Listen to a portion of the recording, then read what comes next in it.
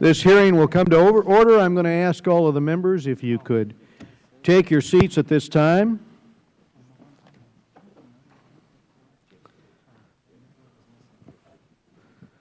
Welcome, Secretary Kerry. Today we meet to weigh the Obama administration's proposed military response to the Syrian regime's odious use of chemical weapons. I want to thank Secretary Kerry, Secretary Hagel, and Chairman of the Joint Chiefs of Staff, General Dempsey, for appearing before us today. And I want to express my appreciation to committee members, Democrats and Republicans, for attending this hearing on short notice. The President's decision this past weekend to seek an authorization of military force from Congress was not anticipated, but it was welcomed. This committee has no greater responsibility than overseeing the deployment and use of the United States Armed Forces.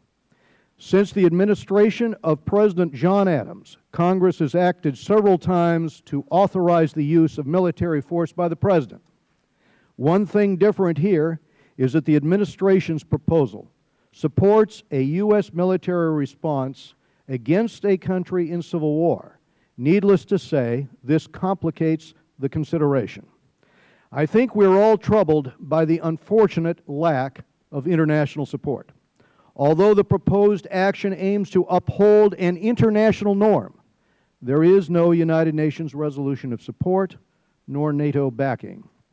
As we'll hear today, the President views striking the Syrian regime as a way to strengthen deterrence against the future use of chemical weapons by Assad and by others. That is an important consideration. There are too many bad actors out there. Countries like Iran are watching. And yes, a credible threat is key to putting the brakes on Iran's nuclear program. There are concerns. The President promises a military operation in Syria of limited scope and duration, but the Assad regime would have a say in what happens next. That would be particularly true as President Obama isn't aiming to change the situation on the ground. What are the chances of escalation? Are different scenarios accounted for? If our credibility is on the line now, as is argued, what about if Assad retaliates? Americans are skeptical of getting near a conflict that, as one witness has noted, is fueled by historic, ethnic, religious, and tribal issues. The administration's Syria policy doesn't build confidence. For over 2 years, U.S. policy has been adrift. Initially, the Obama administration saw Assad as a reformer. Once the revolt started, it backed UN diplomacy. And then it bet on a Moscow policy and the thought that Russia would play a constructive role. Predictably, that has not worked. Over a year ago, President Obama drew, in his words, a red line. Yet only last week did the administration begin to consult with Congress on what that means. Today, the House begins formal consideration of the President's request to use military force in Syria. It is a cliché, but true. There are no easy answers. Syria and much of the Middle East are a mess. So we look forward to a thorough and deliberate discussion today, one reflecting the gravity of the issue. And I'll now turn to Ranking Member Engel, who has been ringing the alarm bell on Syria for a long, long time. Ranking Member Engel from New York. Thank you very much, Mr. Chairman. Thank you for holding this hearing today. Secretary Kerry, welcome.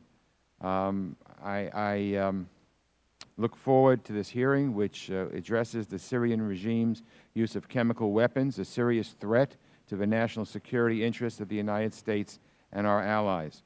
Many of you know that I have been following the Middle East for many years, but in particular, I've spent an enormous amount of time on Syria. The Syria Accountability Act of 2003, which I authored, is the landmark statement of American policy toward Syria and imposed sanctions on Damascus in large part due to its chemical weapons and other weapons of mass destruction. In March of this year, I introduced a bipartisan bill that would authorize the President to arm fully vetted members of the moderate Syrian opposition. So when I talk about Syria, I'm speaking from years of experience, hours of hearings, and scores of meetings with U.S. and foreign officials. Mr. Chairman, we've all seen the images of the lifeless bodies of Syrian men, women, and children, at least 400 children, neatly lined up in rows, wrapped in white sheets. Their bodies appeared to have no outward physical injuries. Entire families killed in their homes in the blink of an eye. Our intelligence agencies have assessed with high confidence that these innocent civilians were killed by sarin gas, a deadly nerve agent classified as a weapon of mass destruction by the UN Security Council and outlawed by the Chemical Weapons Convention of 1993. They have also concluded beyond a reasonable doubt that the Assad regime is responsible for the use of these horrific weapons. I strongly agree with President Obama that the United States must respond to his flagrant violation of international law with a limited military strike to deter the further use of chemical weapons and degrade the Assad regime's ability to use them again. But the issue we confront today is much bigger than the use of chemical weapons in Syria. We are talking about the credibility of America as a global power. We're talking about sending a clear message to the dictators in Tehran and Pyongyang that there will be serious consequences for flouting the will of the international community and that the U.S. backs its words with action.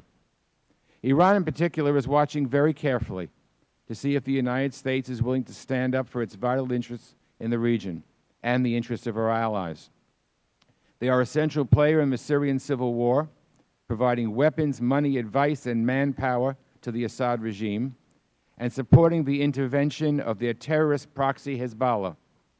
And according to the IAEA, they are moving full speed ahead with efforts to develop a nuclear weapons capability. I believe that Congress must authorize the Commander-in-Chief to use limited military force against the Assad regime, and I hope my colleagues will join me in supporting such an authorization. But we should not give the President a blank check. The authorization measure we take up must clarify that any strike should be of a limited nature and that there should absolutely be no American boots on the ground in Syria.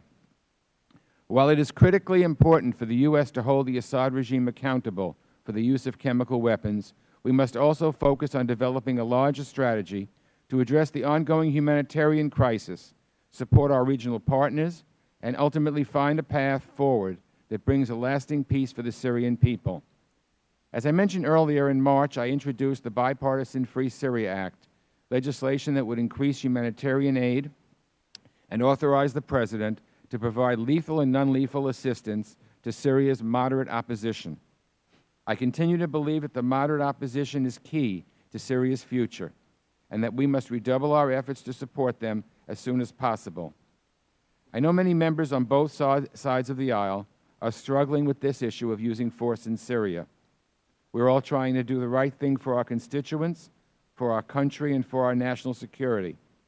Questions of war and peace are always difficult, and I'm proud that we are treating them with the utmost seriousness in this committee. But in the days before we take any vote, I encourage my colleagues to ask themselves these questions. If we do not pass the authorization measure, what message will Assad get? What message will Iran receive? Hezbollah, our allies? We have to live up to our commitments.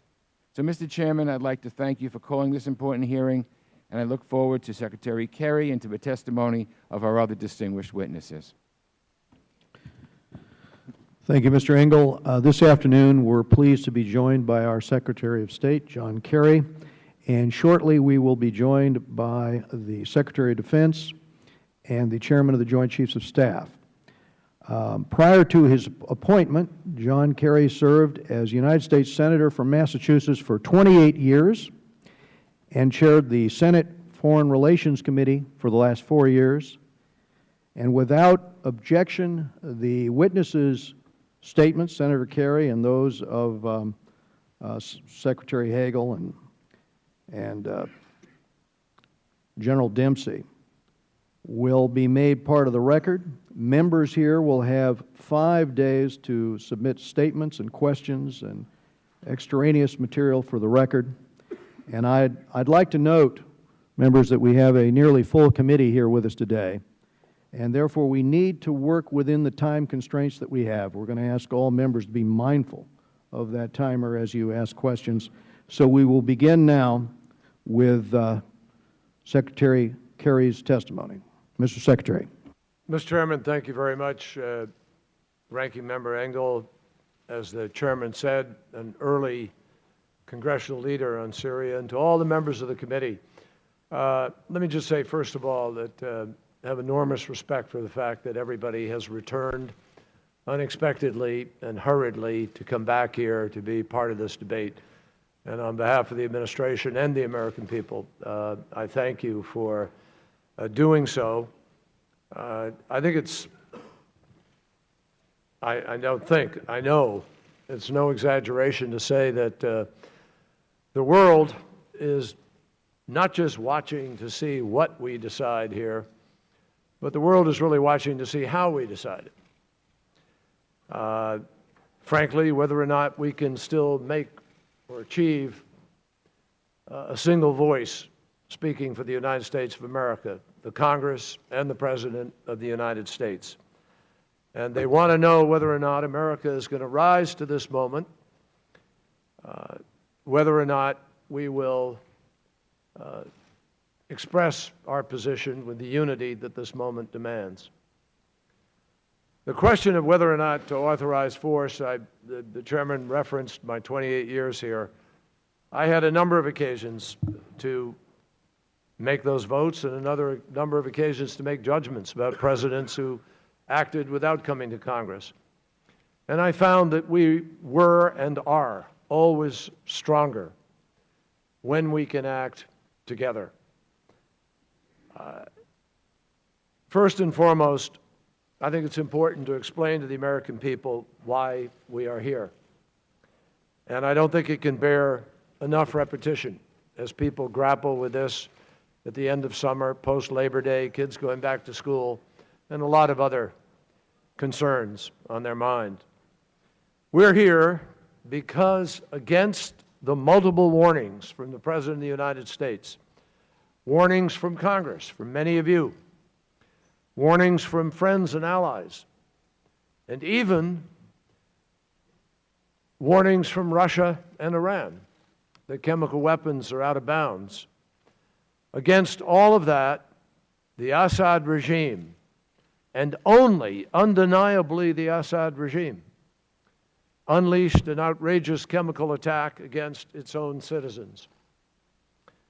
So we're here because a dictator and his family's enterprise, which is what it is, were willing to infect the air of Damascus with a poison that killed innocent mothers and fathers and children, their lives all snuffed out by gas during the early morning hours of August 21st. Now, some people in a few places, amazingly, against all the evidence, have questioned whether or not this assault on conscience actually took place. And I repeat again here today, unequivocally, only the most willful desire to avoid reality, only the most devious political purpose could assert that this did not occur as described, or that the regime did not do it. It did happen, and the Bashar al-Assad regime did it. Now, I remember Iraq, and Secretary Hagel, who will soon be here, and General Dempsey obviously also remember it very well. Secretary Hagel and I both voted in the United States Senate. And so both of us are especially sensitive to never again asking any member of Congress to vote on faulty intelligence. And that is why our intelligence community took time. That's why the President took time to make certain of the facts and make certain of this case, and to declassify unprecedented amounts of information in order to scrub and rescrub the evidence and present the facts to the American people, and especially to the Congress, and through you to the American people. We have declassified unprecedented amounts of information, some of it, I might add, not because initially that might have been the instinct in sense of protecting sources and methods, but some leaked, and after its leaking, we thought it was important to verify whether it was true or not. So by now, you've heard a great deal from me and others in the administration about the comprehensive evidence that we have collected in the days following the attack on August 21st. So I'm not going to go through all of it again right now. I'm happy to discuss it further if any of you have any questions, but I can tell you beyond a reasonable doubt, and I used to prosecute cases. I ran one of the largest district attorney's offices in America. And I can tell you beyond a reasonable doubt, the evidence proves that the Assad regime prepared this attack and that they attacked exclusively opposition-controlled or contested territory. Now, at some point in the appropriate setting, you will learn additional evidence which came to us even today, which further documents the acknowledgement of various friends of the Assad regime that they know that this happened. Our evidence proves that they used sarin gas that morning, and it proves that they used some of the world's most heinous weapons to kill more than 1,400 innocent people, including at least 426 children. Now, I'm sure that many of you have seen the images yourselves of men and women, the elderly and children sprawled on a hospital floor, no wounds, no blood, and chaos and desperation around them, none of which could possibly have been contrived.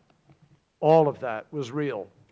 We have the evidence, we know what happened, and there is no question that this would meet the standard by which we send people to jail for the rest of their lives. So we're here because of what happened, but we're also here not just because of what happened 2 weeks ago. We're here because of what happened nearly a century ago, when in the darkest moments of World War I, when they were over, after the horror of gas warfare, when the majority of the world came together to declare in no uncertain terms that chemical weapons crossed a line of conscience and that they must be banned. And over the years that followed, more than 180 countries, I think it's 184 to be precise, including Iran, Iraq, and Russia, all agreed and joined the Chemical Weapons Convention. Even countries with whom we agree on very little else agreed on this. Now, some have tried to suggest that the debate that we're having today is about this president's red line, that this is about President Obama's red line. Let me make it as clear as I can to all of you. That is just not true. This is about the world's red line. It's about humanity's red line, a line that anyone with a conscience should draw, and a line that was drawn nearly 100 years ago, 1925, when the Chemical Weapons Convention was agreed on. This debate, I might add to you, is also about Congress's red line. You agreed to the Chemical Weapons Convention. Not all of you were here to vote for it, but the Congress agreed to that. The Congress passed the Syria Accountability Act, which Congressman Hagel has referred to and authored. And that act says clearly, and I quote, "Syria's chemical weapons threaten the security of the Middle East and the national security interests of the United States." I think repeatedly, members of Congress have spoken out about the grave consequences if Assad, in particular, were to use chemical weapons. And both Speaker Boehner and Leader Pelosi have stated in recent days that the actions of the Assad regime are unacceptable and that the United States has a responsibility to respond. So as we debate, the world is watching and the world is wondering not whether Assad's regime actually did this. I think that fact is now beyond question. The world is wondering whether the United States of America is going to consent through silence to stand aside while this kind of brutality is allowed to happen without consequence. In the nearly 100 years since this global commitment against chemical weapons was made, only 2 tyrants have dared to cross the world's brightest line. Bashar al-Assad has now become the 3rd. And history, I think everyone here knows, holds nothing but infamy for those criminals, and history also reserves very little sympathy for their enablers. And that is the gravity of this moment. That is really what is at stake in the decision that the Congress faces. Syria, bottom line, is important to America and our security for many reasons. First, you can't overlook the danger that these weapons, as you said in the Syria Accountability Act, pose to the Middle East, to our allies, to our friends. You can't overlook the threat that they face even to the United States ultimately if they fall into the wrong hands or if they are used with impunity. Since President Obama's policy is that Assad must go, it is not insignificant that to deprive or degrade Assad's chemical weapons deprives him of a lethal weapon in this ongoing civil war. In addition, we have important strategic national security interests, not just in preventing the proliferation of chemical weapons, but to avoid the creation of a safe haven or a base of operations for extremists, al-Nusra, others, to use these chemical weapons either against us or against our friends. Forcing Assad to change his calculation about his ability to act with impunity can contribute to his realization that he cannot gas or shoot his way out of his predicament. Syria is also important because, quite simply, and I can't say this strongly enough to all of you, many of you are parents. You know how lessons are learned by children. Many of you at school may have confronted at one point or a time a bully on the block or in the building. I think, quite simply, common sense and human experience and reality tell us that the risk of not acting is greater than the risk of acting. If we don't take a stand here today, I guarantee you we are more likely to face far greater risks to our security and a far greater likelihood of conflict that demands our action in the future. Why? Because we, as confidently as we know what happened in Damascus on August 21st, we know that Assad will read our silence, our unwillingness to act, as a signal that he can use his weapons with impunity.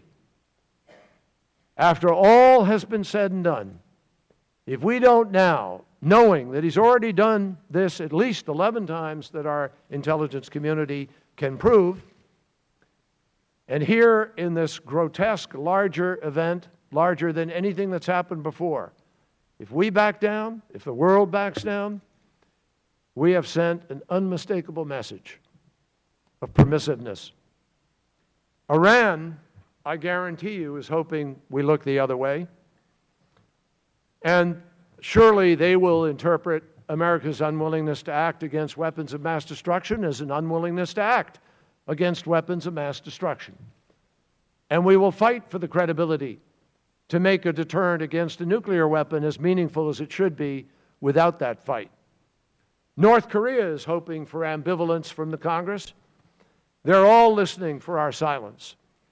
So the authorization that President Obama seeks is distinctly and clearly in our national interest, in our national security interest. We need to send to Syria and to the world, to dictators and terrorists, to allies and civilians alike, the unmistakable message that when we say never again, we actually don't mean sometimes. We don't mean somewhere. We mean never again. So this is a vote for accountability. The norms and the laws of the civilized world, that's what this vote is for. And if we don't answer Assad today, we will erode the standard that has protected our troops for a century. Our troops in war have been protected by the existence of this prohibition through World War II, through Korea, through Vietnam, through both Iraq wars. The fact is, we have not seen chemical weapons in the battlefield but for the two occasions I mentioned previously. Our troops are protected. This is a standard that we need to enforce to stand up for America's interests. And I will say to you unequivocally that our allies and our partners are counting on us. The people of Israel, Jordan, and Turkey each look next door, and they see chemical weapons being used. They are one stiff breeze away from the potential of those weapons harming them. They anxiously await our assurance that our word is true. And they await the assurance that if the children lined up in those unbloodied burial shrouds in Damascus were their own children, as they might be if this got out of hand, they want to know that we would keep the world's promise. As Justice Jackson said in the opening argument at Nuremberg, the ultimate step in avoiding periodic wars, which are inevitable in a system of international lawlessness, is to make statesmen responsible to the law. If the world's worst despots see that they can flout with impunity prohibitions against the world's worst weapons, then those prohibitions are rendered just pieces of paper. That is what we mean by accountability. And that is, I say to all of you respectfully, that is why we cannot be silent. Now let me be very, very clear. When I walked into this room, a person of conscience stood up behind me, as is the ability of people in our country. And that person said, please don't take us to war. Don't take us to another war. I think the three of us sitting here understand that plea as well as any people in this country. Let me be clear.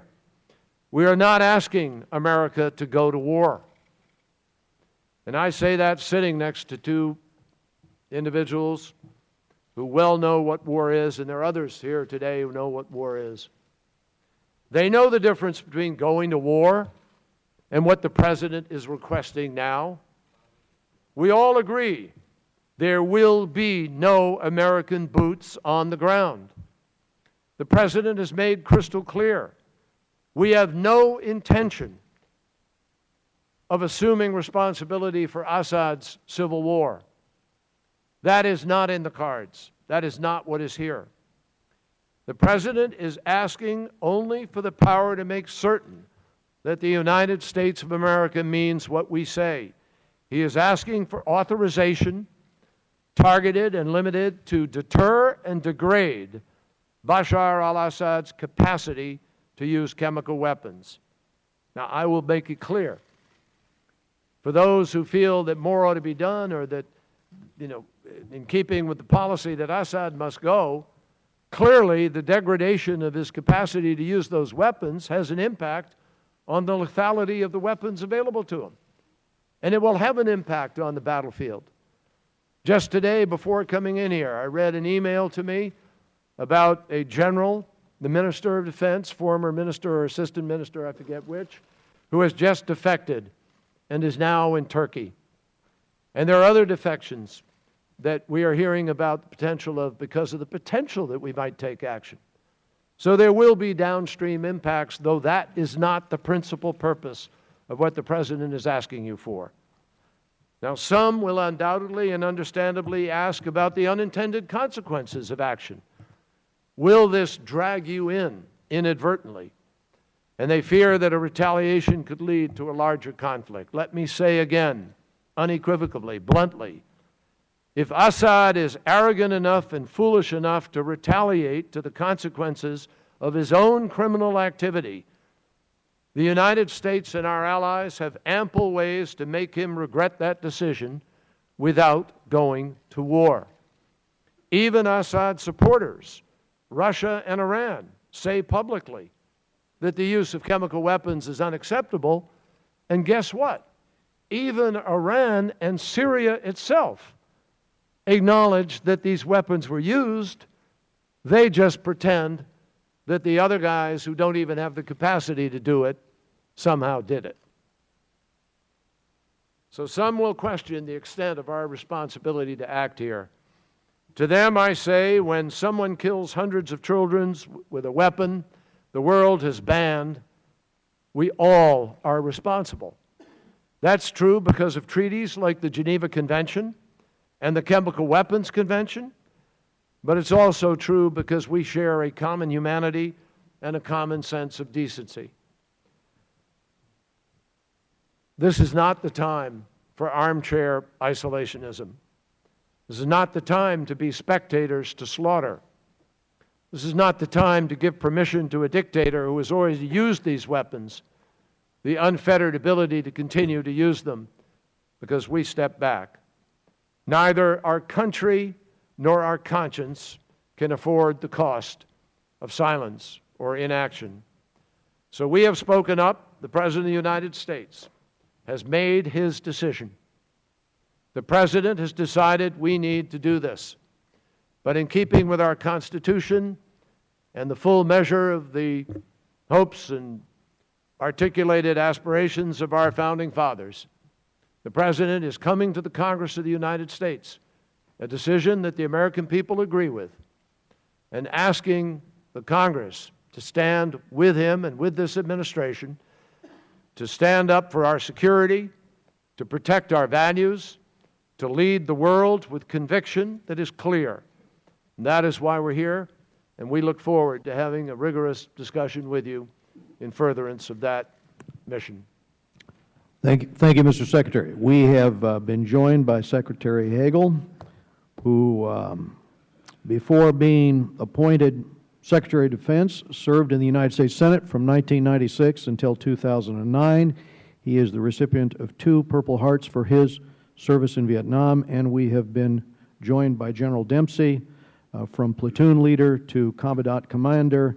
He has served in the United States Army for over 40 years and now serves as the chairman of the Joint Chiefs.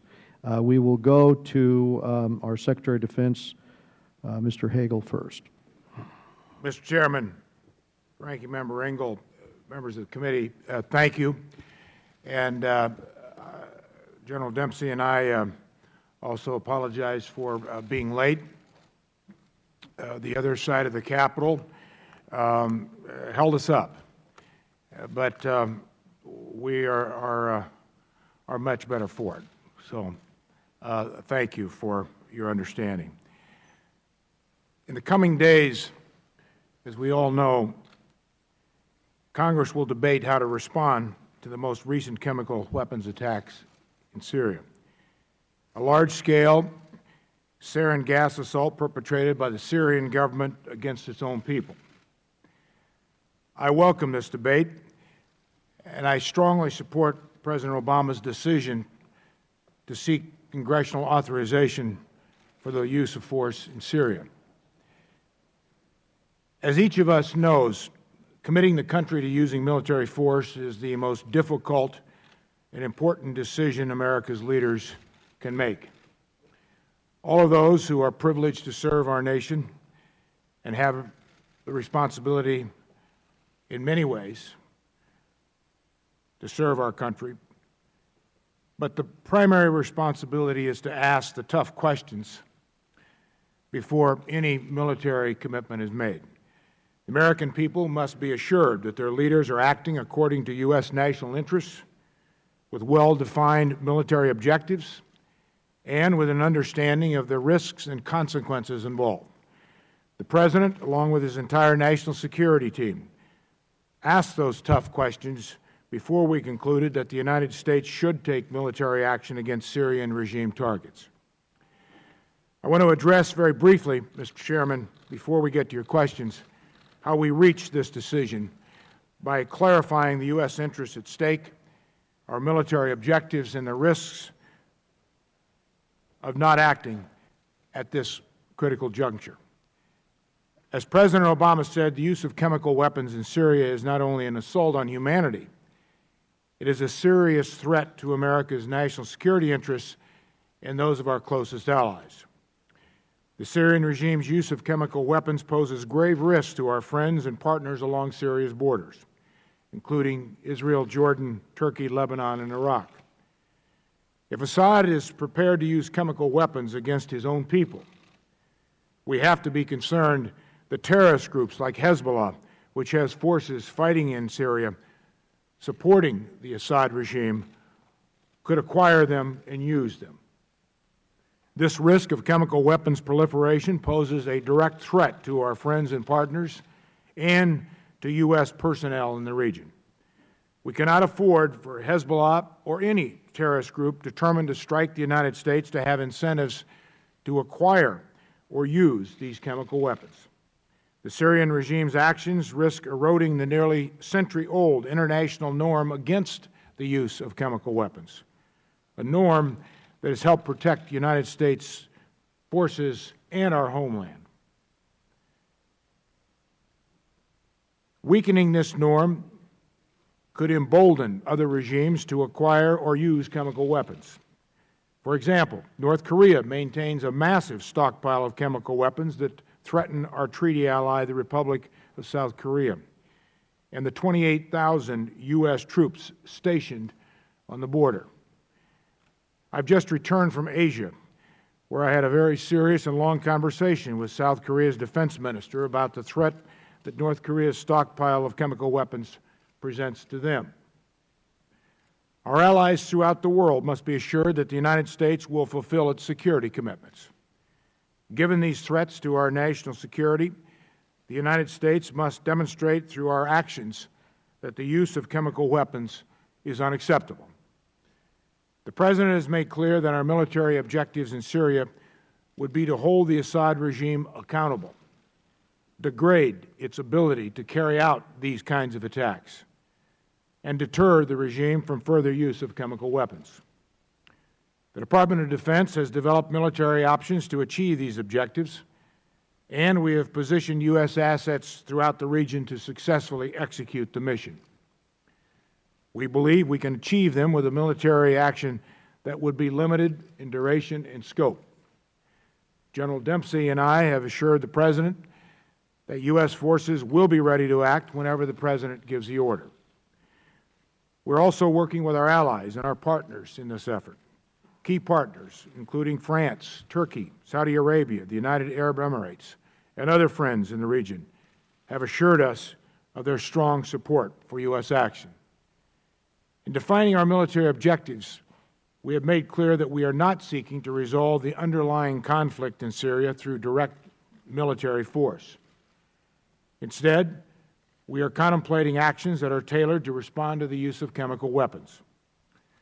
A political solution created by the Syrian people is the only way to ultimately end the violence in Syria.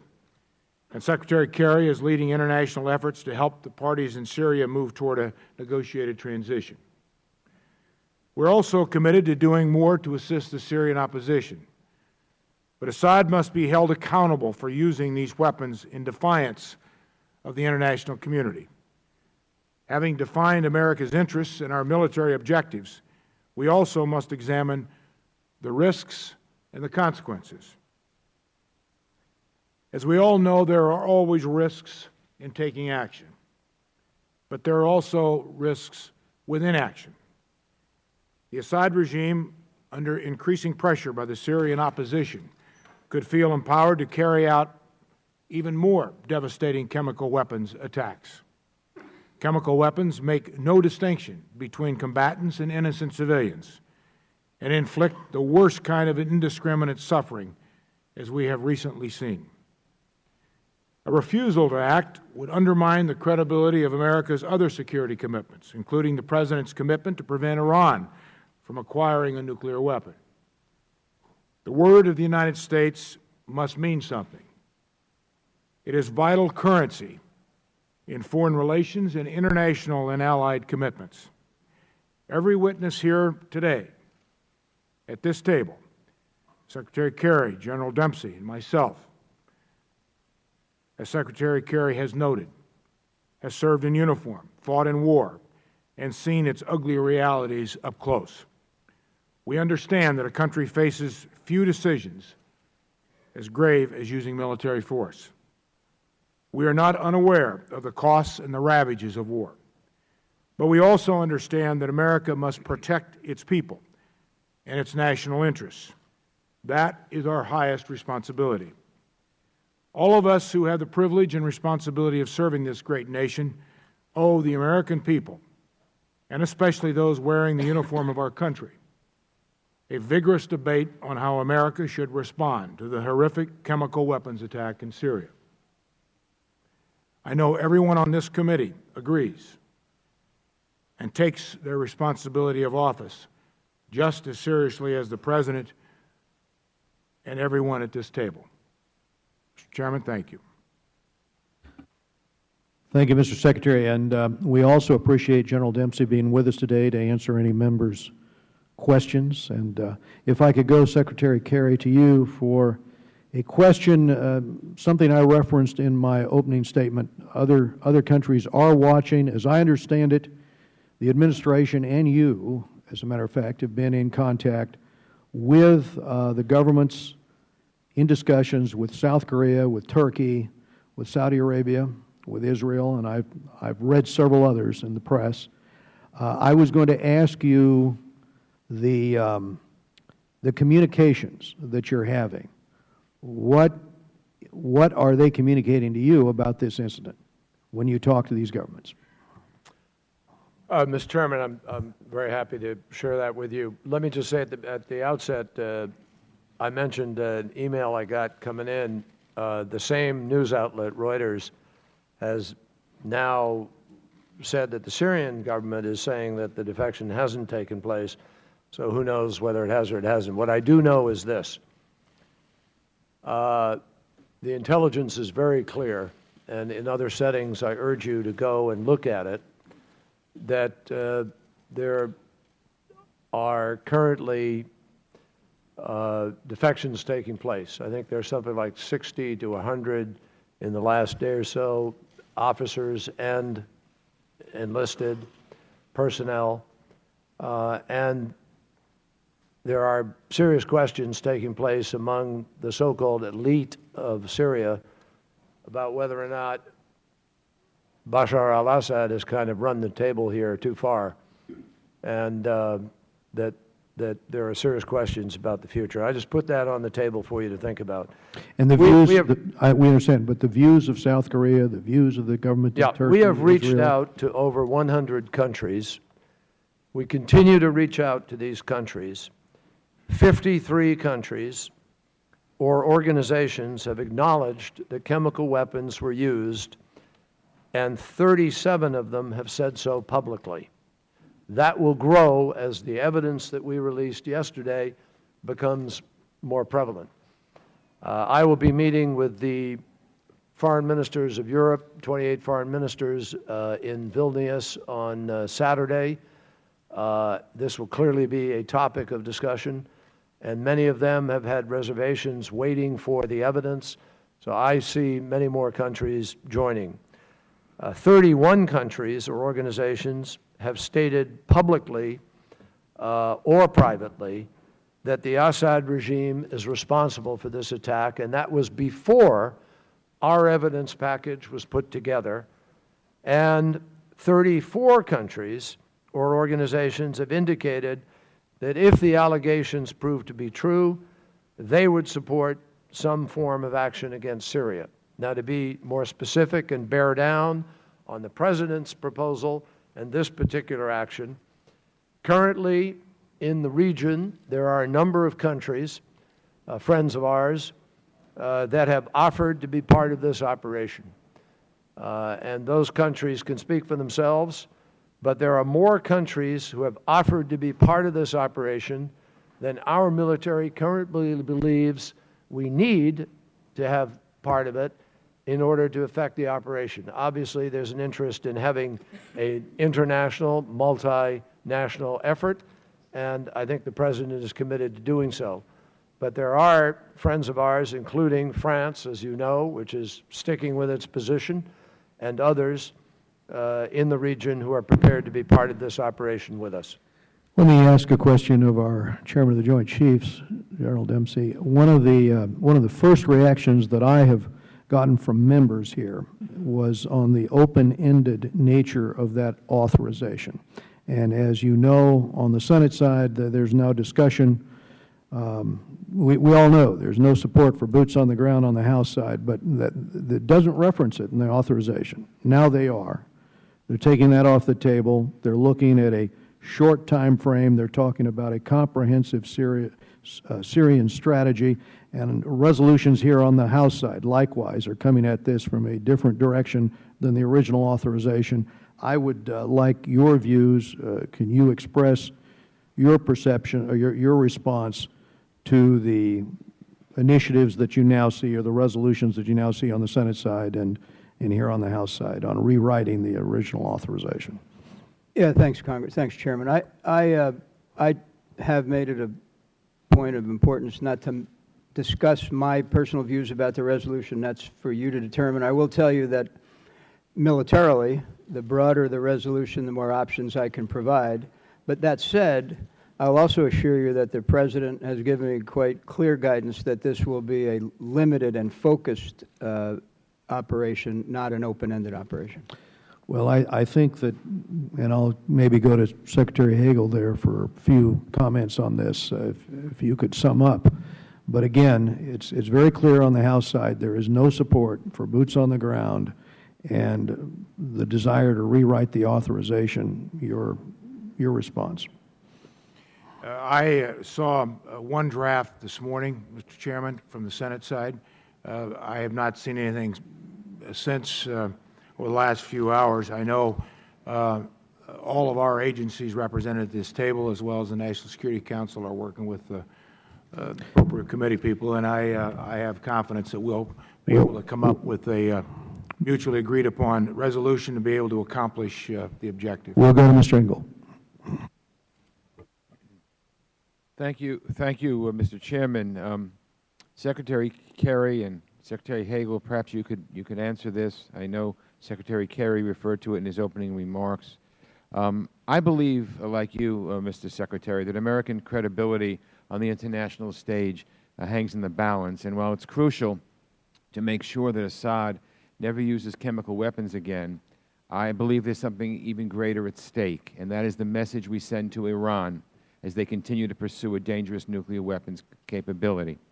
Iran's watching how we respond to the Syrian regime's crossing of the President's red line and of the world's red line, and the Supreme Leader is also aware that President Obama is keeping all options on the table, including utilizing military force to prevent Iran from possessing nuclear weapons.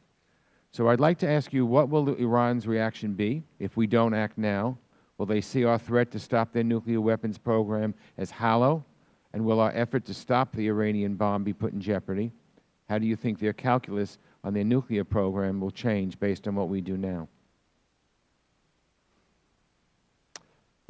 Congressman, there is an enormous amount of question in the region, not just by Iranians, but by Emiratis, Saudis, Kuwaitis, Qataris, and others, as to whether or not the United States of America means what it says. And they ask me all the time, you guys serious about Iran? I'm sure when they come and visit with you, they look to you for reassurances with respect to America's position on Iran. There is no question in my mind that the President of the United States does not bluff, and he is committed that Iran will not have a nuclear weapon. But if we fail to enforce a standard that has been in existence for almost 100 years regarding weapons of mass destruction, we are putting that into question in the minds of a lot of observers and creating problems for ourselves. where we may get closer to a test that cannot be constrained or managed as a consequence of the misinterpretation of our word today. So I believe it is critical.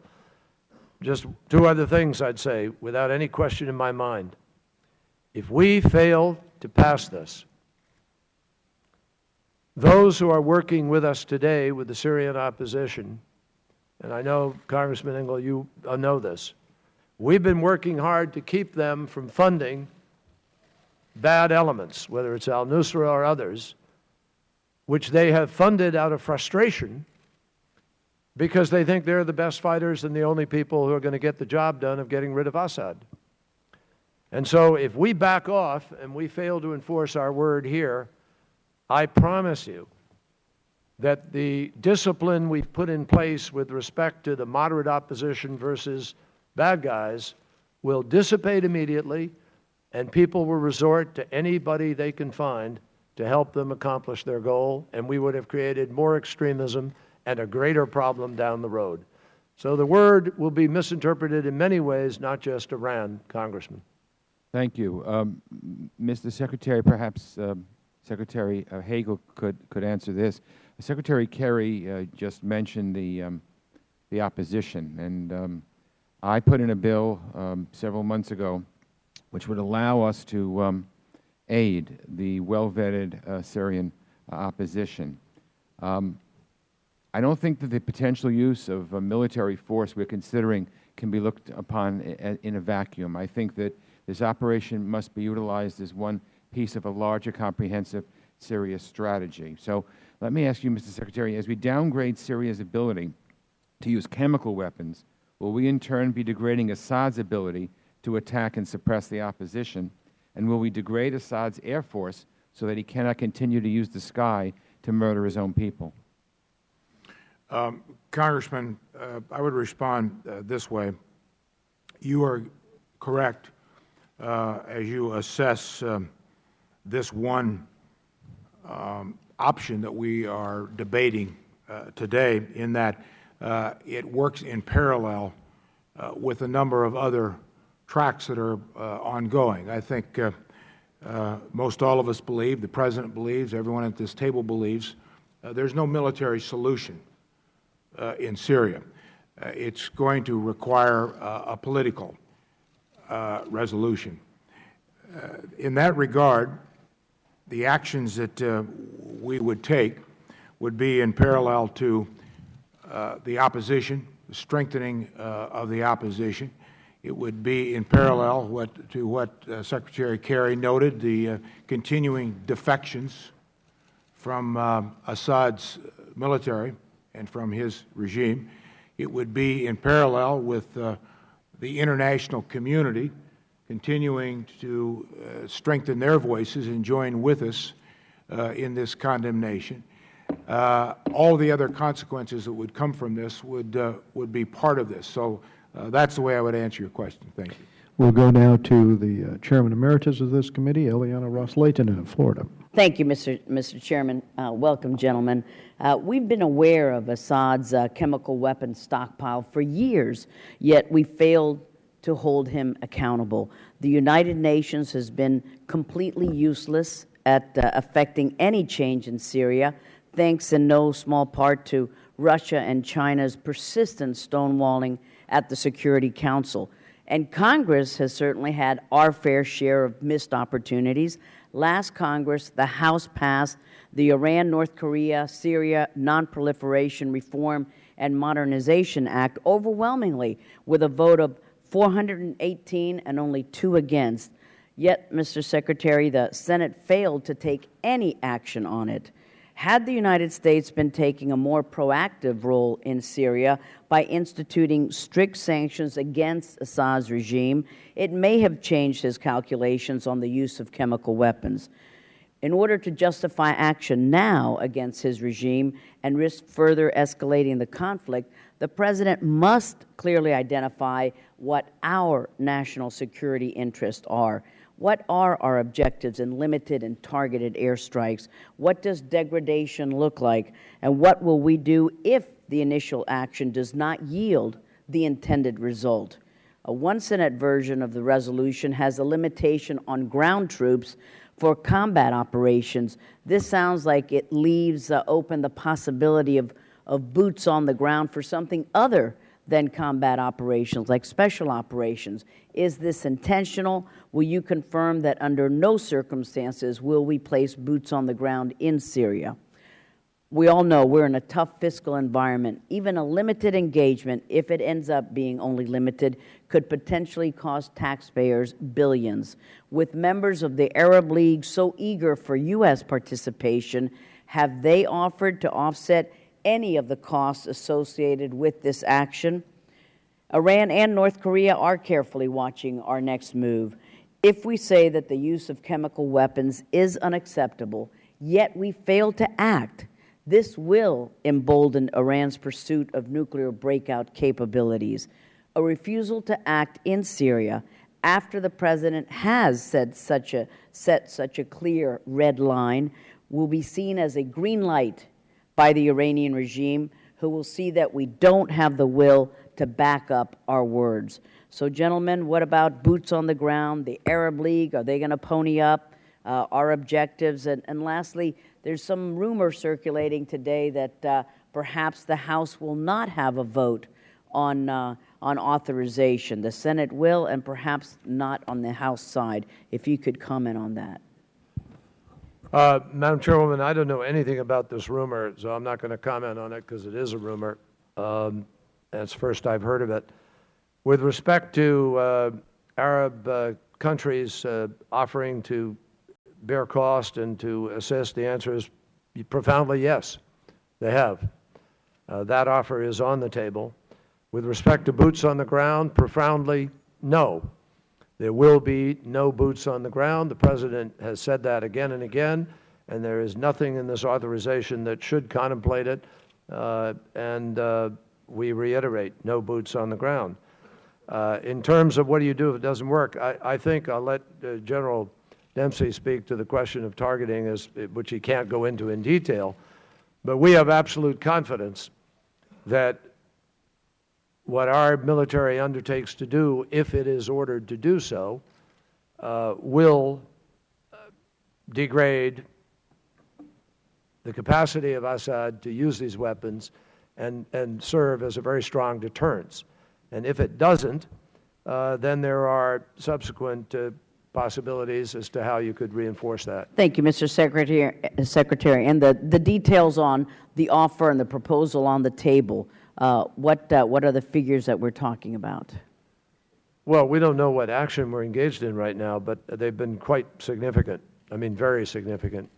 In fact, some of them have said that if the United States is prepared to go do the whole thing the way we've done it previously in other places, they'll carry that cost. That's how dedicated they are to this.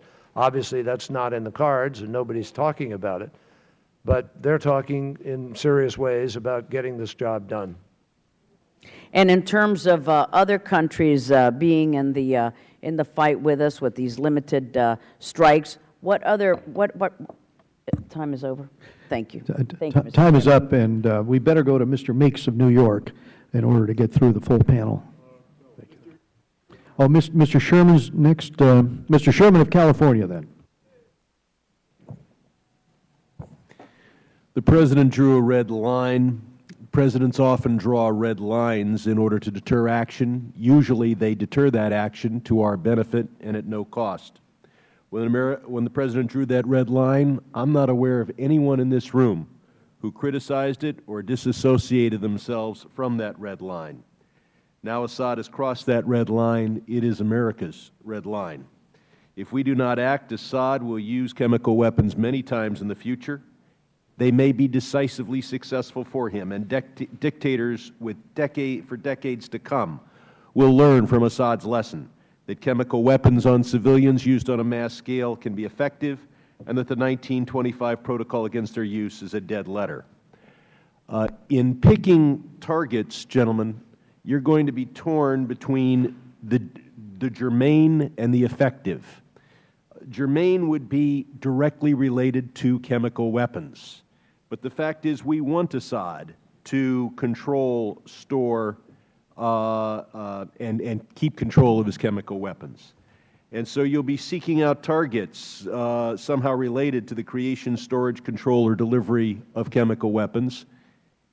And I think that instead you should focus on punishing and deterring Assad by hitting valuable assets that will demonstrate to him that it was a military mistake to hit Ghouta with chemical weapons. Even air or naval assets unrelated to the delivery of chemical weapons will make that lesson clear to him. We have all learned a searing lesson from over 4,000 casualties in Iraq. But we should be aware that there are 150 occasions, and Mr. Chairman, without objection, I'd like to put into the record a CRS listing and analysis of 150 occasions in the last 40 years when America has deployed its forces into dangerous or hostile situations. And in most of those, we had limited purpose, limited deployment, and the cost was so limited that we've forgotten the incident involved. And I hope very much that what you're planning is something much more along those lines than Iraq. The resolution that was sent to us on August 31 is obviously flawed. I sent you, Secretary Kerry, amendments the next day on September 1st. Our colleagues, Mr. Van Hollen and Mr. Conley, have proposed a substitute, as has Senator Menendez. I'd like to explore with you what elements a good resolution would have, knowing that this resolution adds to the authority you already have under the War Powers Resolution of 1973. Is it acceptable for this resolution to confirm what you've already said, and that is that the resolution itself does not add in any way to the powers of the President to put boots on the ground in Syria? Is that an acceptable position? Secretary Kerry? Absolutely. Would a time limit of 60 days, indicating that you might have other authorities to act beyond those 60 days, you might come back to Congress, but what we're authorizing now is limited to 60 days. Would that be acceptable? We would prefer that you have some kind of trigger in there with respect to his, if he were to come back and use chemical weapons again, that there would be a capacity to respond to that. If you just have a fixed... Well, you could always come back to Congress, or you could have a provision every time he uses chemical weapons, you get another 60 days. That would be acceptable. The second, the first, or? The second. And finally, would you accept a provision that said that you may want to pursue regime change from with other authorities that you have, including arming the rebels under other authority that you have, but that this resolution is limited to actions designed to punish and deter the use of chemical weapons and not to change the outcome of the Civil War? The preference of the President is to have this a narrow authorization so that nobody gets confused here and people aren't asked to vote for two different things. One thing the President wants is the capacity to enforce the international norm with respect to chemical weapons and to make our word with respect to that meaningful to the region. Well, I know your staff will be working with Congress to draft a resolution, and the more carefully tailored it is, the more narrow it is, the more likely you are to actually succeed in the House. I hope very much, Mr. Chairman, that we're marking up a resolution in this committee and considering in regular order.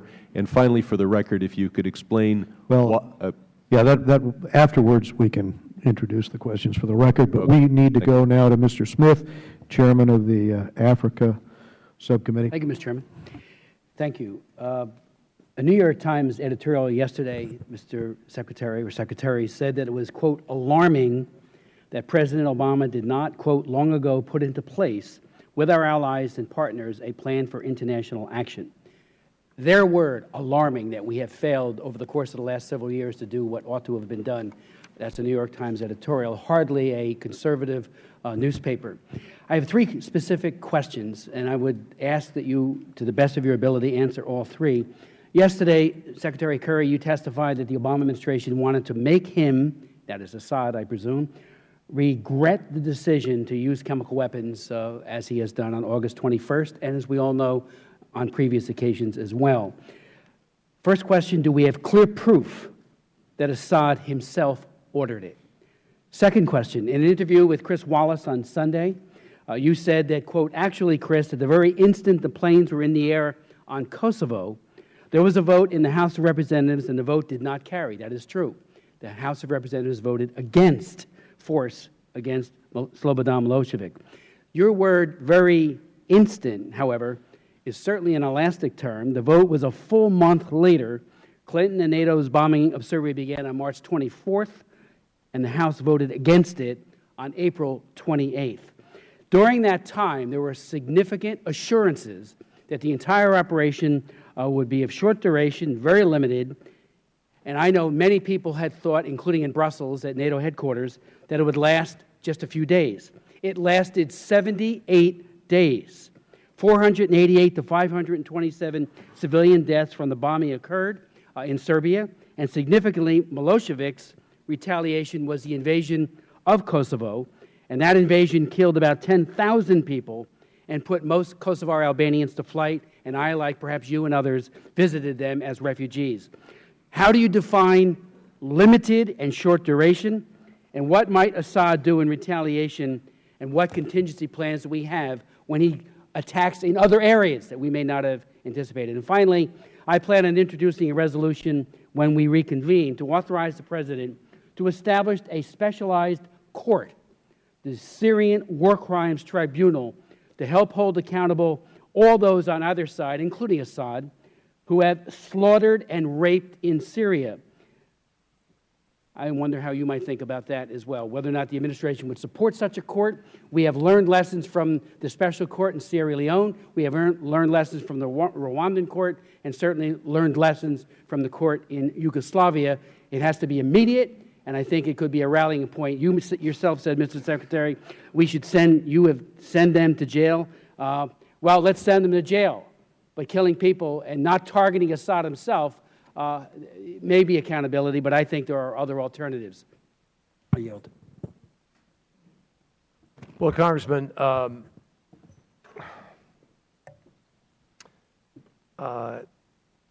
I actually didn't have time yesterday because of our testimony to read the New York Times editorial, so I'd like to read it, but there is a plan in place.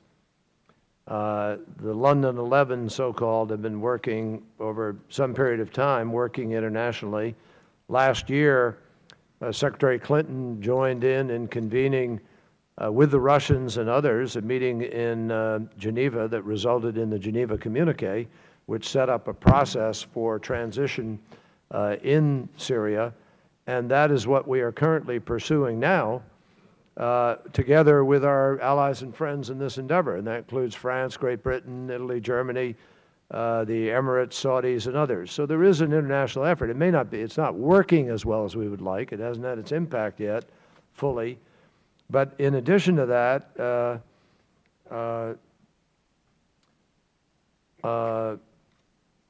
we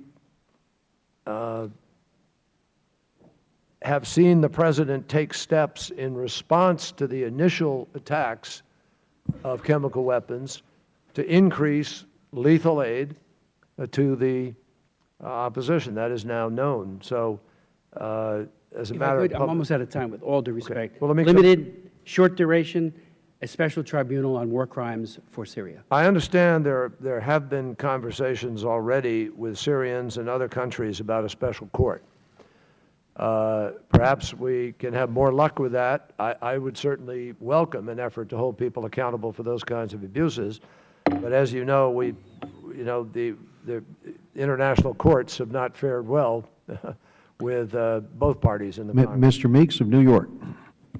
Thank you, Mr. Chairman. In the interest of time, I also would like to submit my statement Without objection. Thank you. First, let me state that I agree with the President's decision to come to Congress for the authorization for the use of U.S. military force to address the use of chemical weapons by Syrian forces. I think it was the appropriate decision, and both constitutionally and morally. And in making my determination on the use of force, I try to look at it through both a short and long-term interest in the security of America. That's my paramount focus. To that end, I believe that the use of chemical weapons by the Assad regime is indeed a flagrant violation of international norms against the use of such weapons, and this and other repugnant acts by Syrian forces are indeed against U.S. interests. But it's not only against U.S. interests, it's also against the international interests. So, if we act in a unilateral way, I have huge concerns that if there's a violation, we should act, especially militarily, in a multilateral way. We have regional countries, and I've been listening to the testimony here, but I don't know where NATO is. At least I've heard NATO, who basically said they've condemned it, but I don't hear them saying that they will step up with us militarily. I have not heard the Arab Union, the Arab League step up with us. I've heard people condemn. In fact, Mr. Secretary, you said the world is watching what we are doing, but I've yet to hear some concrete things of what the world is doing. I'm fearful that they will isolate the United States, where we are only doing something unilaterally, while the world just sits back and watch when there's an international violation that took place. So, and you stated, Mr. Secretary, that it matters today that we are working as an international community to rid the world of its worst weapons, and I couldn't agree with you more. But I don't see or hear, unless there's another setting that I need to be in, where the world is stepping up and agreeing to act with us militarily, not just condemning the acts, but acting on that condemnation of the acts with us in a military fashion. And you stated during the hearing yesterday, Mr. Secretary, you indicated that while Russia has obstructed efforts to react to Assad's regime's use of chemical weapons, there are other ways that Russia may yet prove helpful. Would you please elaborate on what, if any, role Russia has or can play in bringing about a political solution in Syria? And how is Russia being engaged, given the Obama administration's correct assertion that there is no military solution to the crisis in Syria? And quickly, General Dempsey, I have serious concerns, as I've stated, about any action that is not broadly supported internationally. One of my concerns is the possibility of unintended consequences, including the prospects of prolonged military engagement. And in mid-August, you sent Representative Hagel a letter. You expressed that there are certainly actions that the U.S. could take short of tipping the balance of Syrian conflict that could impose a cost on them for abhorrent behavior. You also indicated that at least some of those options would, and I quote, escalate and potentially further commit the United States to the conflict. It would not be militarily decisive, but it would commit us decisively to the conflict. Can you elaborate on what you meant when you stated that we could be decisively committed to the conflict? And if the U.S. Commits to a limited military strike in Syria, how do you minimize the possibility of prolonged commitment? And if the international support remains as limited as it seems now, are there risks of a longer engagement which are more pronounced? Go ahead, General. You're going to have to take yours for the record, I predict. Congressman, in the time remaining, I think it's the focus and the purpose of the military action that will give us the best chance of limiting it in time and in commitment. In other words, my letter to Representative Engels talked about answering the question, what would it take to tip the scales in favor of the opposition? If we were to take military action ourselves to support the opposition, that's a long prospect. What we're talking about here is not that. The purpose is to deter and degrade for the specific purpose of chemical weapons. And I think it's the purpose that allows us to say with some confidence that our intent is to limit it. Now, that's not to say that I discount the risk of escalation, which I can never discount, but I can tell you we've mitigated it to as low as possible. We'll go now to Mr. Shabbat, Chairman of the Asia Subcommittee. Thank you, Mr. Chairman, and welcome, gentlemen. I know you'd all like me to tell you the number of people came up to me in the airport this morning and urged me to stand with President Obama on the Syrian issue, or that my phones have been ringing off the hook with callers supporting the administration's position, but I think we all know that wouldn't be accurate. Nevertheless, I'm trying to approach your potential resolution with an open mind, and will certainly consider any argument that the administration might make in favor of the use of force against the Assad regime. That being said, I do, however, have some serious concerns, and I think many of my colleagues on this committee probably share a number of them. Whether we ultimately support a resolution on the use of force or not will depend on how these concerns are addressed in the coming days by the administration, and this, of course, today is part of that process. I've got a number of questions, so I'll forego a long statement and get right into them. Secretary Kerry, President Obama did not come to Congress seeking a resolution on the use of force in Libya. What's the difference between Libya and Syria when it comes to seeking congressional authorization? The difference is that in the case of Libya, you had already passed a UN Security Council resolution and an Arab League resolution and a Gulf States Cooperation resolution, and you had a man who we knew was prone to follow through on his word, promising that he was going to kill like dogs all of the people in Benghazi.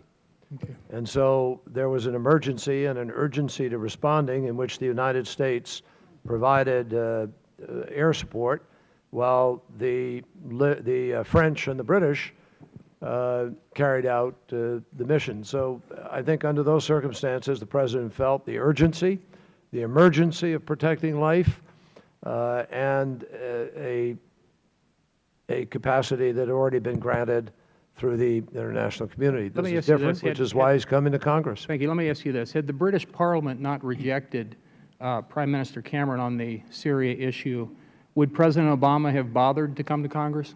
I believe he absolutely would have. I think the President was thinking about this. There were discussions to some degree about whether or not it should happen. He hadn't made up his mind. He certainly didn't announce it to us. But my personal belief is, yes. Okay. I think the President believed it was important, and there were people making that argument, particularly on his legal team.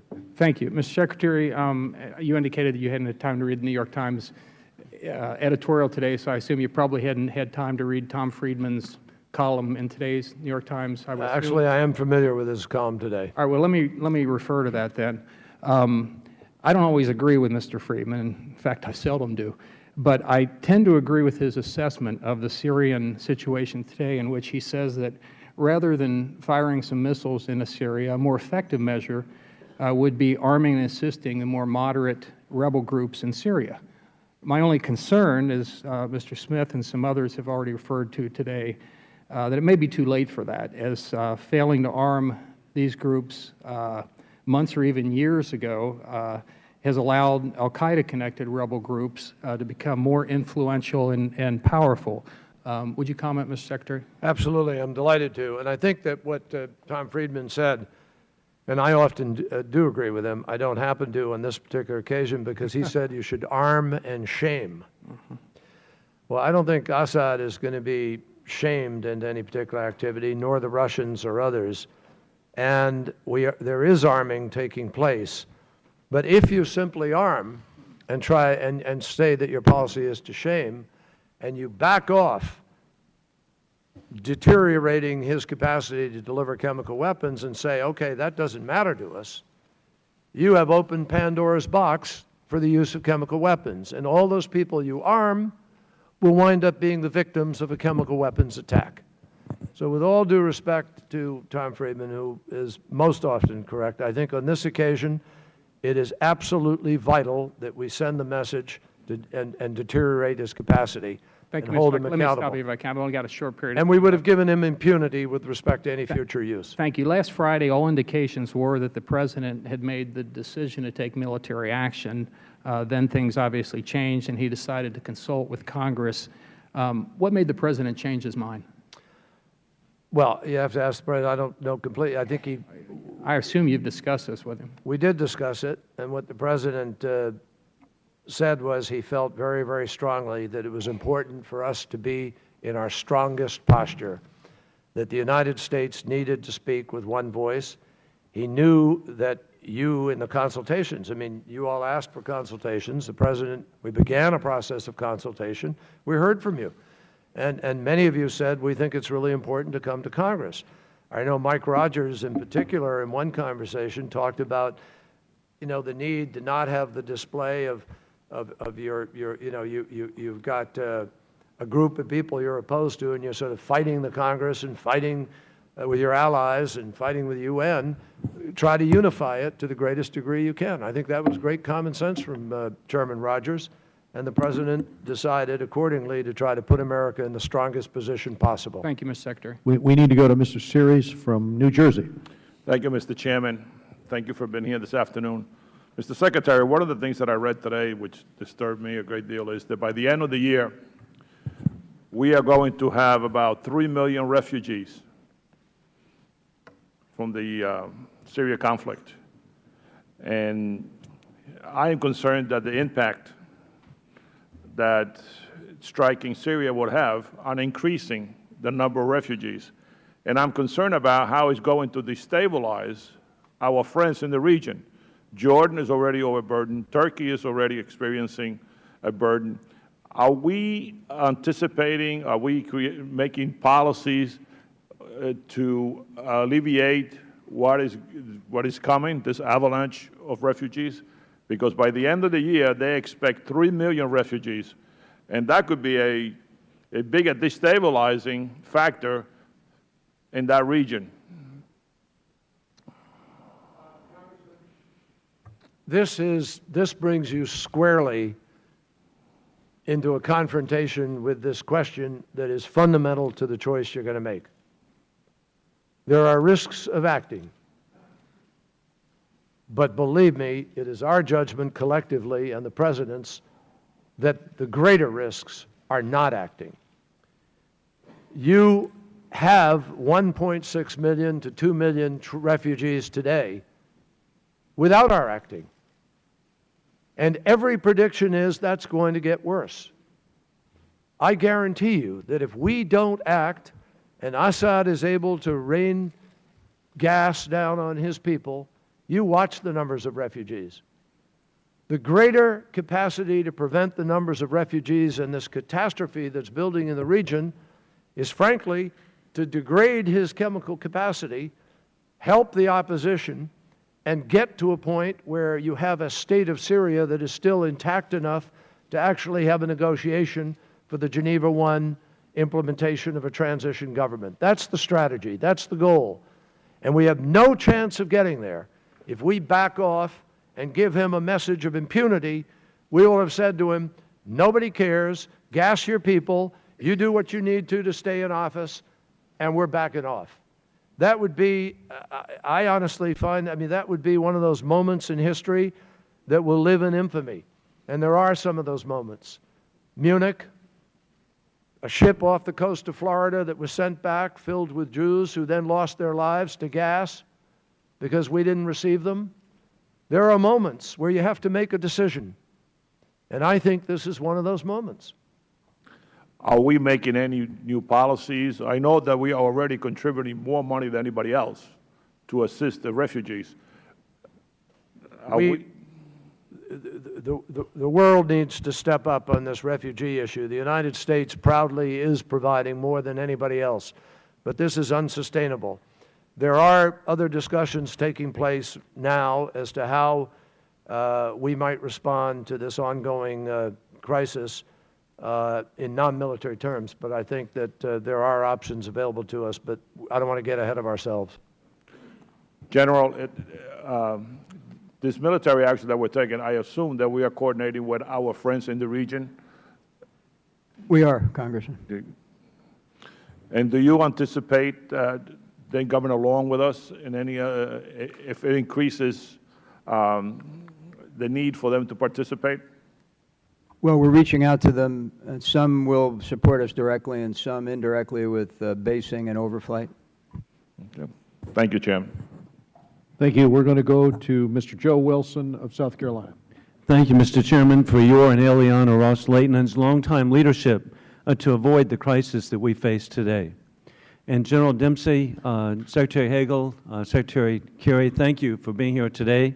We're here to learn more about a very serious issue, a United States strike on Syria. As a member of this committee, as Chairman of the House Armed Services Military Personnel Subcommittee. As a 31-year veteran myself of the South Carolina National Guard and Army Reserve, but most particularly as the grateful father of 4 sons currently serving in the United States military, I'm very concerned about what we're hearing today. I have many questions concerning the President's proposed strike and the risk to our military, American families, and our allies, particularly neighboring Israel, Jordan, Turkey, and Iraq. Secretary Hagel, some have characterized the plans for the strike as leaked to the press as, quote, a pinprick that will not prevent President Assad from resuming his use of chemical weapons. How severely do you intend to degrade his capabilities? What will you do if he resumes chemical weapons? Where did these chemical weapons come from? Congressman, thank you. Thank you for your service and for your son's service. I can assure you on the first point you made, I can speak for General Dempsey and all of our military leaders that there is no higher purpose that we all have, nor more significant responsibility than the protection of our men and women who serve in uniform. They are our highest priority.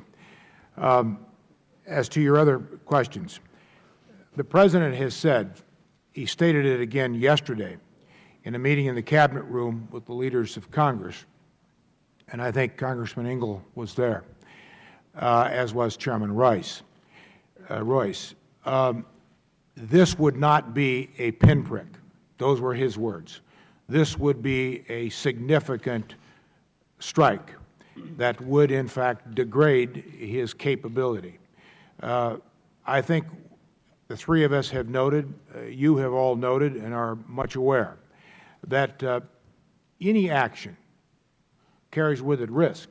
Any action carries with it consequence, but also does inaction, as Secretary Kerry has noted.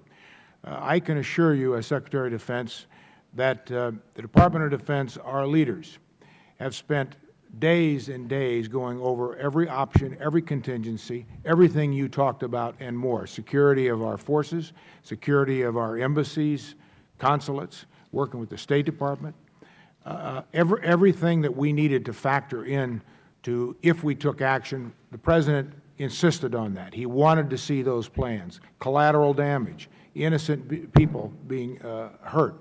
We think that the options that we have given him, first, would be effective, would, in fact, carry out the intent of what we have. Mr. Secretary, I don't mean to be rude, but time is flying. Where did the chemical weapons come from? Well, there's no secret that the Assad regime has had chemical weapons, significant stockpiles of chemical weapons. From a particular country? Well, the Russians supply them. Others are supplying them with those chemical weapons. They make some themselves. And Secretary Kerry, on April 25th, the White House Legislative Director Miguel Rodriguez wrote, quote, "Our intelligence community does assess with varying degrees of confidence that the Syrian regime has used chemical weapons," end of quote. With the President's red line, why was there no call for military response in April? Was it delayed to divert attention today from the Benghazi IRS NSA scandals, the failure of Obamacare enforcement, the tragedy of the White House drafted sequestration, or the upcoming debt limit vote? Again, why was there no call for military response 4 months ago when the President's red line was crossed? Well, the reason is very simple. The President made a decision to change his policy, but he didn't believe that the evidence was so overwhelming. It was significant, it was clear it had happened, but on a scale that he felt merited the increase of assistance and the announcements that he made with respect to the type of aid that he would provide the opposition. So he did respond. This is so egregious and now builds on the conclusions of our intel community as to the numbers of times, but such a clear case, so compelling and urgent with respect to the flagrancy of the abuse, that the President thinks that as a matter of conscience and as a matter of policy, the best route to proceed is through the military action now. But in April, it was very clear. Chemical weapons are chemical weapons. Yeah, but the President... Syria was identified. Mr. Secretary, action should have been taken then. But the President didn't believe it was a compelling enough case to win the support of the American people as well as the world. This is. The President did respond. He upgraded what we were doing very significantly. He came to Congress. As a matter of fact, many of you know, we had to struggle to get the Congress to agree to let him do the things that he wanted to do to upgrade that effort. But chemical weapons are chemical weapons. Your time's expired. We need to go to Mr. Jerry Connolly of Virginia. Thank you, Mr. Chairman, and thank you, Mr. Engel, for holding this very important hearing. And I thank our Secretaries of State and Defense and General Dempsey for being here. Mr. Chairman, late last night, we delivered to all members of Congress, and I've physically delivered a copy today, of a alternative resolution, very narrowly drawn, that actually codifies what the President has said he wishes to accomplish and codifies no boots on the ground to try to make sure that we stay focused on the issue and a response to that issue, and possibly provide the White House with a path to authorization here in the Congress. I commend it to both Secretaries and urge you to look at it. Mr. Chairman, I hope we will be able to mark it up. When I looked at this issue, I used a filter with five aspects to it, and I commend it to my colleagues if they find it helpful. The first was, is the evidence strongly compelling and convincing, if not incontrovertible? Secondly, if so, what action is thereby warranted? Thirdly, what is the efficacy of the proposed action, and what are the risks? Fourth, what is the efficacy, and what are the risks of doing nothing? And finally, if the latter outweighs the former, how can Congress provide an authorization that narrowly is drawn to ensure no wider involvement, but that does two things? It enforces international law with respect to the ban on chemical weapons, and it deters future use of such weapons. All of this is a matter of judgment. Everything I've heard from my colleagues on both sides of the aisle this week has been sincere and heartfelt, and I pray that we proceed on a nonpartisan basis to try to tackle this issue with respecting everybody's ultimate judgment, because it is a difficult issue and does not lend itself to facile answers. I've come to the conclusion myself that the evidence is convincing and compelling. I also believe that the overhang of Iraq has many of us chained. Iraq was based on faulty and shoddy intelligence that was also misused to justify an a priori commitment to invade another country. That is not the case here. We're not dealing with a president who's hungering to invade another country or put boots on the ground. In fact, quite obviously, his reluctance to do that is why we're here. We are also not dealing with prospective surmise about whether such weapons exist and whether or not he might use them. There's no doubt the weapons exist, the stockpiles are there, and there's no doubt he used them. So the question for us is, what do we do about it? Mr. Secretary, let me ask one question. If we do nothing, and Mr. Secretary Hagel asked, I invite you to answer as well, keeping in mind we have a limited amount of time. If we do nothing, what is the likelihood, in your judgment, that Bashar al-Assad will use chemical weapons as a routine weapon to turn the tide of this civil war? I think the likelihood is very high that he would use them again. Mr. Secretary. Well, I agree completely. I might even put it at 100%. And well, you should go check the intel on it. I think you'll be convinced, but I'd say probably 100%. And Mr. Secretary, if you're right, that it's 100%, we will see these weapons now used routinely in this civil war to turn the tide if we do nothing. What is the probability that such weapons will also then get into the hands of Hezbollah and other elements supporting the Assad regime and thus perhaps proliferate in the region against friend and foe alike? Well, I can't give you that probability. I just don't know what it is. I do know this, that there are three principal supporters of Assad, and the rest of the world is in horror of what is happening. The three principal supporters are Iran, Hezbollah, and Russia. And if Iran and Hezbollah are allowed to both see him stay in power as well as do so with the use of chemical weapons, that is extraordinarily dangerous for Jordan, Israel, Lebanon, and our interests. We need to go to the Chairman of the Homeland Security Committee, Mr. Michael McCall from Texas. I thank the Chairman. I thank the Secretaries for being here, and General Dempsey, thank you for being here as well. Next week, we commemorate the 12th anniversary of 9/11. It was al-Qaeda that hit the World Trade Center. It was al-Qaeda that hit the Pentagon down the street from here. Al-Qaeda is the enemy, and before 9/11, al-Qaeda was the enemy. As Chairman of Homeland Security Committee, I want to make sure that never happens again, and I know you share that as well. I think what gives the Congress great pause, the American people great pause, is there's no good outcome here. They don't see a good side versus a bad side. They see Assad as a bad actor who's used chemical weapons. There's no question about that. But then who is the other side? Who are the rebel forces? Who are they? I ask that in my briefings all the time. And every time I get briefed on this, it gets worse and worse because the majority now of these rebel forces, and I say majority now, are radical Islamists pouring in from all over the world to come to Syria for the fight. And my concern is any strike against this regime, as bad as it is, will empower these radical Islamists, these extremists. And we've seen this movie before. We've seen Afghanistan. We've seen what happened in Egypt. We saw what happened in Libya. We saw what the Arab Spring has brought us, and it's not good. They filled the vacuum. They have filled the vacuum. So my greatest concern when we look at Syria is who is going to fill the vacuum when the Assad regime falls, which we know that it will. Who is going to fill that vacuum?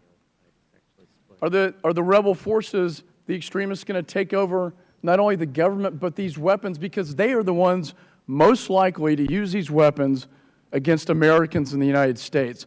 And while, those images of children in Damascus are horrific, I do not want to see those images in the United States. That is my grave concern, and this is a very dangerous step that we are taking, and I believe that we have to be very careful in how we proceed. And so with that, and with all due respect, I think this is well-intentioned, but I have these concerns, and I want to hear from both secretaries and the general as to whether you share these concerns and what you are doing to stop that outcome, because that is the absolute worst scenario, worst outcome that could happen. Congressman, I was just trying to make sure, I apologize for interrupting, but I think it would be helpful to you as you were asking the question, because I'm very concerned about the foundation of your question, the premise of it. A woman by the name of Elizabeth Bagley, B-A-G-L-Y, just wrote an article. She works with the Institute of War. She's fluent in Arabic and spent an enormous amount of time studying the opposition, studying Syria. She just published this the other day. Very interesting article, which I commend to you. The fact is, sitting behind me, incidentally, is Ambassador Robert Ford. He is our ambassador to Syria. He has spent an enormous amount of time with the opposition, working with them and helping us to understand this dynamic. I just don't agree that a majority are al-Qaeda and the bad guys. That's not true. There are about 70 to 100,000 oppositionists, about somewhere maybe 15 to 25% might be in one group or another who are what we would deem to be bad guys. There are many different groups, al-Nusra, al-Shamra. There are different entities, and sometimes they're fighting each other, even now. The general belief, there is a real moderate opposition that exists. General Idris is running the military arm of that, and our allies in this effort, our friends from the Saudis to the Emiratis to the Qataris and others, are now, in a disciplined way, funneling assistance through General Idris and the moderate opposition who are getting stronger as a result of it. I got 40 seconds, but there are moderates there, but the briefings I've received, unless I've gotten different ones or more inaccurate briefings, is right at 50%. Well, and rising. The freedom, these fighters coming globally are not coming in as moderates. They're coming in as jihadists, and that's my concern. And Mr. There are jihadists. Secretary, I want to hear from the Secretary also and the General as well. Well, I agree with Secretary Kerry's analysis, but let me just remind us all, and you know this very well, Congressman, especially with your responsibilities as Chairman of the Homeland Security Committee. This is an imperfect situation. There are no good options here. This is complicated. There's no clarity. Every point you made, the complications of the various terrorist groups, which we have noted, are there. They're in play. This is a specifically difficult part of us trying to sort out who we would support, how we would support them. So I don't question that. But I do think that Secretary Kerry's points are correct, that we are seeing some movement on the inside in the right direction. Mr. Ted Deutsch of Florida. Thank you, Mr. Chairman. Mr. Chairman, Ranking Member Engel, thanks for calling this very important hearing, and Secretary Kerry, Secretary Hagel, General Dempsey, thanks for being here. I believe we stand at a pivotal moment where Congress is either going to uphold its duty to protect our national security, or we're going to retreat from our moral and strategic obligations. I believe our vote on what will have to be ultimately a very narrowly drawn resolution will determine whether Congress stands up for human rights or puts us on a dangerous path to isolation, whether Congress will increase American influence in the Middle East or allow our power to dramatically shrink. I stand behind the President's request for limited and targeted strikes without U.S. troops on the ground against a regime that's guilty of heinous chemical weapons attacks on its own people. And I know that this is a difficult decision. I know that some of my colleagues wish that we had done a lot more before now. And I know that my colleagues, other colleagues, wish to do nothing now. And I acknowledge the difficulty of being unable to predict Assad's next move. Secretary Hagel, you spoke to that. This is a hard choice, and I don't think any of us relish making it. No use of force can ever be taken lightly, but inaction here, I believe, will dramatically harm our national security by emboldening the vile Syrian regime, its terrorist proxies, and its Iranian patron. I think it's essential that the United States send an unequivocal message to Assad and to other brutal regimes around the world, especially Iran, that when the United States Congress, when the President, and when every civilized nation on earth says that you cannot gas innocent children to death, you can't use chemical weapons of mass destruction, and weapons of mass destruction, then we mean it. I believe America's credibility is on the line in Syria. We all saw the gut-wrenching images of children, of women, of families lying dead, cruelly and coldly murdered by Assad. This strike, if it is to occur, is about preventing such atrocities now and in the future, preventing the continued use of chemical weapons in Syria, and preventing those weapons from being used by terrorist groups like Hezbollah that threaten our allies and our citizens. But American credibility is also on the line in Iran. Much like the red line set in Syria, the President has, and this committee has, in strongly bipartisan fashion, set a clear red line that we will not allow Iran to obtain nuclear weapons capability. If Congress votes down a limited authorization, then to Iran's leaders, our red line against their development of nuclear weapons is meaningless. The sanctions that we passed unanimously out of this committee and 400 members supported on the House floor will be rendered largely worthless because they're not backed up by a credible threat of force. Secretary Kerry, I believe if we want to do everything in our power to solve the Iranian nuclear issue without military action, then we must support this authorization. By authorizing the use of force against Syria, America will make abundantly clear to the world, including Iran, that using chemical weapons or defying international law in pursuit of nuclear weapons will not be tolerated by this nation. So make no mistake, this resolution is about Syria and holding Assad accountable, but it's also about Iran and whether this Congress will make it more likely or less likely that that nation obtain nuclear weapons. I haven't come to this decision lightly. I don't want to be in this position. None of us do. But we didn't put ourselves in this position. The President didn't put ourselves in this position. Bashar al-Assad put us in this position when he chose to gas his own people. Now, Secretary Kerry, a lot of people have come up to me and said that they're disgusted by what they see, but the question they ask is, why does America always need to be the world's policeman? So I ask you, why should the U.S. lead this effort? And will we learn which are the 34 nations and organizations who have said they will support our action and how they are prepared to support it? Well, the United States of America is not being the world's policeman. The United States of America is joining with other countries in upholding an international standard that 184 nations have joined into.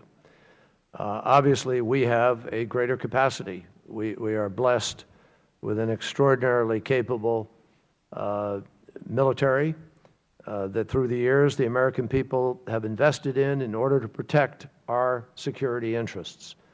Our security interests are directly involved in what is happening in the Middle East. Our security interests are directly threatened with respect to Assad's use of these chemical weapons. So we are building a support with international, with other countries, among them the Arab League that announced its condemnation of this, specific countries that have talked in terms of acting, Saudi Arabia, the Emirates, the Qataris, the Turks, and the French. Obviously, the British government sought to, felt it should.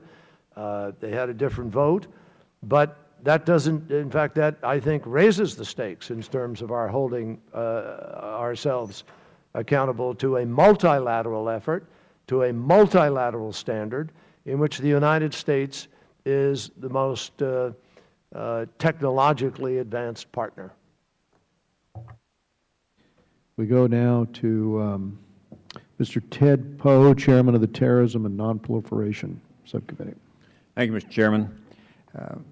We've heard a lot today about credibility of the United States.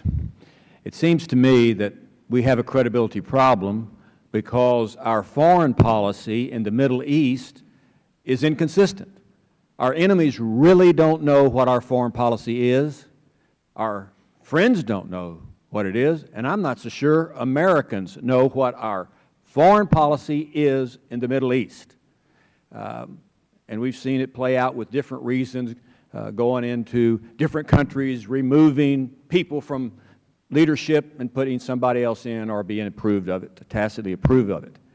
I, like my friend Mr. McCall from Austin, are concerned about the players on both sides.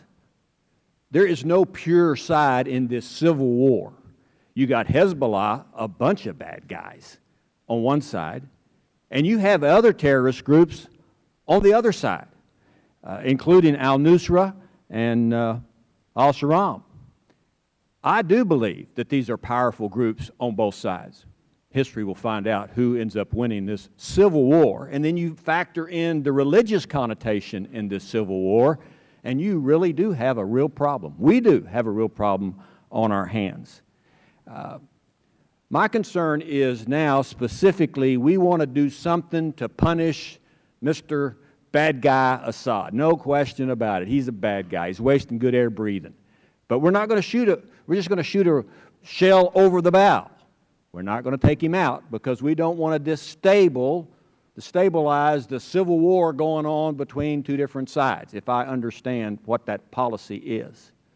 So let's do that. Let's assume we do that. I'm going to ask General Dempsey this question first. Assume we do that, whatever it is, to destabilize the weapons of mass destruction. Get rid of them. I assume that's what we're trying to do, eliminate the weapons of mass destruction, even though, as Secretary Hagel said, they're getting those things from Syria, from Russia, which they're going to give them more weapons? I don't know. Assume we do that. Assad fights back. He doesn't just take it. He retaliates against us, or lets Iran retaliate against Israel, all because we have come into this civil war. So, they shoot back. Then what do we do once Americans are engaged now in escalated specific strike, not by our choosing, but by their choosing? Do we escalate or do we not fight back? And I know, General Dempsey, you got a tough situation on your hands. What do we do if they literally shoot back at Americans, our friends, the Israelis? First, just to clarify, this isn't about eliminating chemical weapons. That's not possible given the number and the distribution of them. It's about convincing the Assad regime that it's unacceptable for them to use them, and that's the limit of this military operation. We're postured for the possibility of retaliation, and I can assure you that our regional partners are as well. Let me just ask that question a little bit, a little more clarification from you. You can, General. I know you're in the military and you're to the point, and that's great. We're glad you're in charge. Can you see that escalating, though, with U.S. military involvement in the region? Have you made a contingency plan for that happening? Whatever their reaction is, the Syrians' reaction to us specifically, have you made contingency plans for us being in an escalated military operation in the region? In the spirit of your compliment on my conciseness, yes. And you see, do you see escalation a possibility, U.S. military escalation in the region as a possibility? Well, I can never drive the risk of escalation to zero, but I think that the limited purpose, the partnerships we have in the region, the contributions that we'll seek from others, I think begins to limit that risk. One last question, since I'm nearly out of time here. General Dempsey, you mentioned earlier that you are concerned about removing Assad from power. Do you want to? Will you elaborate on that? And if so, what's your elaboration? Well, I still, again, separate from this conversation, which is about the limited purpose of deterring and degrading, I still am cautious about whether we should use U.S. military force in support of the opposition for the purpose of tipping the balance. I think there's other ways we can contribute to that through the development of a moderate opposition. But I remain cautious about taking the opposition's role here in the Civil War. Thank you, Mr. Chairman. Mr. Brian Higgins of New York. Thank you, Mr. Chairman. That Bashir al-Assad used chemical weapons, I think, is clear, compelling, and irrefutable. However, I think that fact, experience, and history are all needed here as well. The situation in Syria is that of a national civil war, an ethnic and sectarian conflict that America cannot solve and should not try to. This is not a fight for freedom and democracy. There's no democracy movement in Syria. There's no unifying vision or social contract, not a constitution or even a preamble of what Syria wants to become. This is nothing more than a fight for control between two sectarian factions, an Alawite faction or a militia with air power supported by the Assad regime and a mix of Islamic militias, estimated to be about 1,000, with no air power. This is a conflict between a brutal and murderous dictator and an opposition whose best fighters are represented by al-Qaeda affiliates and Islamic extremists bent on creating an Islamist state in Syria. There are no good options, military options for the United States in Syria. The lesson in Syria, as in Iraq and Afghanistan, is that civil wars have to be fought internally and that political reconciliation cannot come from without, it has to come from within. And that can't be imposed by outside influences. We know that from our own history.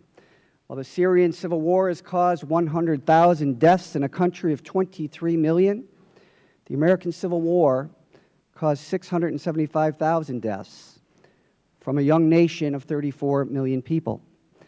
After spending $2 trillion in Iraq and Afghanistan, representing $40,000 in debt for every American family, and the loss of 6,668 American lives and the physical and mental destruction of tens of thousands of more young Americans.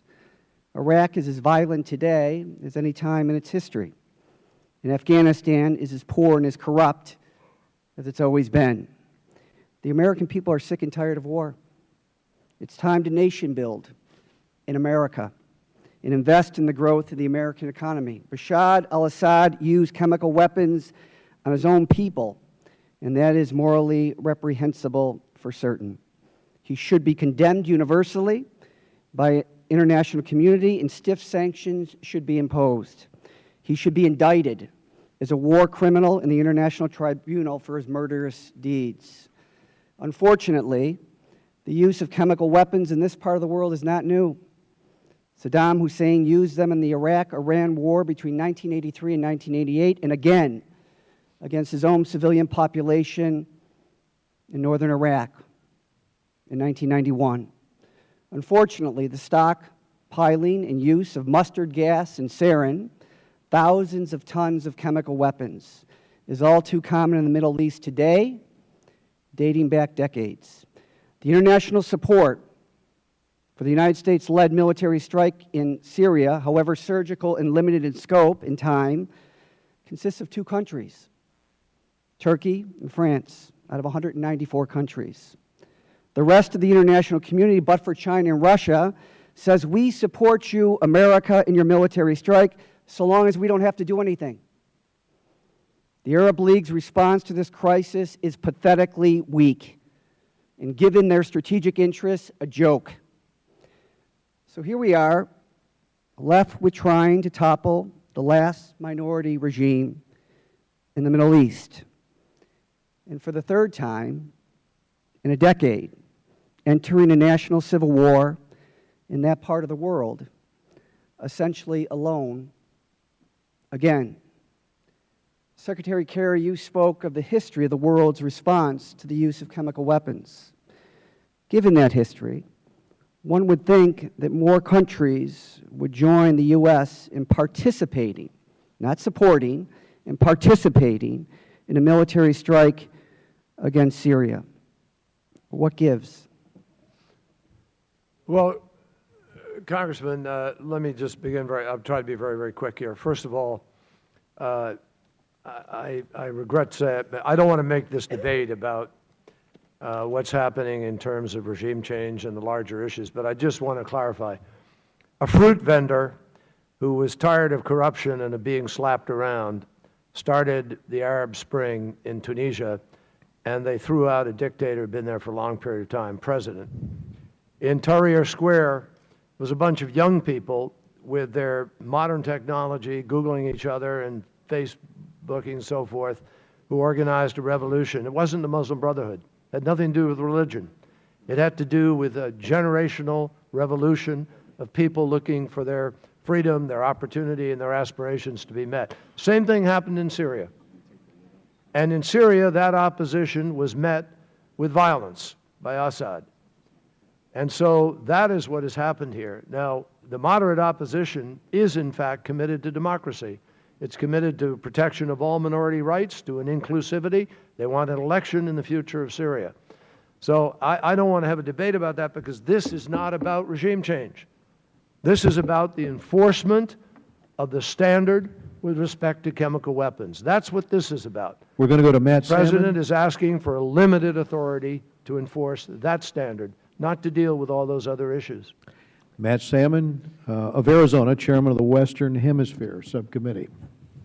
Thank you, Secretary Kerry. Let me first congratulate the President on bringing this matter to the Congress, as I believe he is constitutionally required to do. I, for one, am very happy that he's chosen to do this. He said just this morning that he didn't draw a red line. The world did with the ratification of the Chemical Weapons Convention Treaty. Yet where is the rest of the world in the response? Why are we looking at a near go-it-alone military mission? You said in your testimony that there are 34 countries who are with us. What degree are they with us, and who are they specifically? I don't have the full list of them here, but I've listed a bunch of them. The Arab League countries have condemned this. A number of them have asked to be part of a military operation. The Turks, a NATO country, have condemned it, pinned it on Assad, asked to be part of an operation. The French have volunteered to be part of an operation.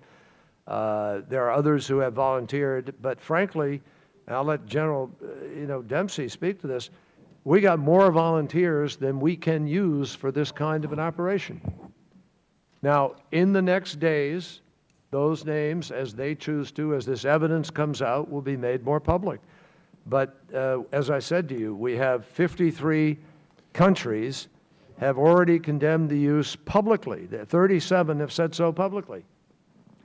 And there are, I think it's a total of 34 countries or organizations have indicated that they're prepared to take action. Now, that is growing. There are more countries reviewing the evidence that we have shown. And as I said, over this time, the President has purposefully taken to come to Congress. He has asked me and the State Department to reach out to more countries and to build the kind of international support that this merits, and we will do so. Thank you. I would really appreciate it if we could get a list of the countries and what assets they're willing to commit. We have it all broken down. I don't. Not now. We can get that later. I do have a question for General Dempsey. General Dempsey, what are our goals in a military strike? The President said that the military attack would be limited in duration and scope and degrade the Assad regime's capacity to carry out future attacks on its own people. Do you believe that the use of surgical strikes will achieve the President's stated goal? And can you guarantee the American people that the Assad regime will be unable to launch any further chemical warfare attacks, both at home or against their neighbors, after the U.S. mission is complete? And in addition, do you believe that the region will be more stable after a U.S. attack or less stable? The mission given to me was to prepare options to attack, to deter and degrade, and that would mean targets directly linked to the control of chemical weapons, but without exposing those chemical weapons to a loss of security. Secondly, the means of delivery, and third, those things that the regime uses, for example, air defense, long-range missiles and rockets, in order to protect those chemical weapons, or in some cases deliver them. So that target package is still being refined as I sit here with you. As far as whether it will be effective, given the limited objectives I've received, the answer is yes. I believe we can make the military strike effective. As in terms of what it will do to the region, that clearly will depend on the reaction of the Assad regime. But as I mentioned earlier, our partners and the United States military is postured to deter his retaliation. Finally, General Dempsey, as we've been discussing this over the last few weeks, we've given pretty clear, we've telegraphed our message to Assad and his regime that we are planning to make an attack. Do you not assume that they might circle those wagons with civilians, and that the possibility of civilian casualties could be very great? Well, the targeting requirements, actually, as given to me by the President, require us to achieve a collateral damage estimate of low. And though they are, in fact, moving resources around and, in some cases, placing prisoners and others in places that they believe we might target, at this point, our intelligence is keeping up with that movement. Karen Bass of California. Thank you. Thank you, Chairman and Ranking Member, for holding this hearing today, and also for our witnesses for coming. I have three questions. I'd like to get out all three questions and then ask whoever chooses to respond. The first one, as I recall, in Libya, the Arab League asked us to intervene, and if I'm wrong, correct me, but I wanted to know what was different this time. I know they've condemned the attacks, but why haven't they asked us to intervene? And then second, what type of retaliation, if any, do you expect from Syria, from Iran, Hezbollah, or other affiliated parties if we move ahead with this strike, and what are we doing to prepare for any possible retaliation? And then finally, as I understand, Putin made some comments today that he might be open to the idea of responding if it could be proven where the chemical weapons came from. And I was wondering if you thought that this provided an opportunity, one, how you might interpret his comments, but also, is there still an opportunity for the international community to come together through multilateral bodies like the UN or NATO? Those are my questions, to whichever one of you chooses to answer. I learned in the military long ago never to volunteer, but I've just been tasked. I'll answer the one that actually most applies to my particular expertise, and that is what kind of risk of retaliation. There's both conventional risks that would be if he chose to use some of his long-range rockets to attack his neighbors or some of our facilities. There's also asymmetric. He could encourage some of the surrogates and proxies, such as Lebanese Hezbollah, to attack an embassy. There's actions he could probably seek to achieve in cyber, and we are alert to all of the possibilities. And our mitigating strategy is in the way we've positioned ourselves in the region. Thank you. I asked about the Arab League, and then the other one was about Putin. And the Arab League question? The Arab League question was, as I recall during Libya, I believe that the Arab League asked us to intervene. And I wanted to know what the difference was with Syria. So they've condemned the attack, but they have not asked us to intervene, and why? The reason is that a couple of their members, a number of their members, 3 or 4 of them, are not in favor of it, so they didn't, they did a consensus statement. But individual countries are prepared to and are in favor of it, and I've named a number of them. But Lebanon, for obvious reasons, has some problems. Right. Algeria, Iraq have some issues, Iraq for obvious reasons. So you can understand why people might be a little restrained. Let me just share, because this has been a recurring theme here today. Australia.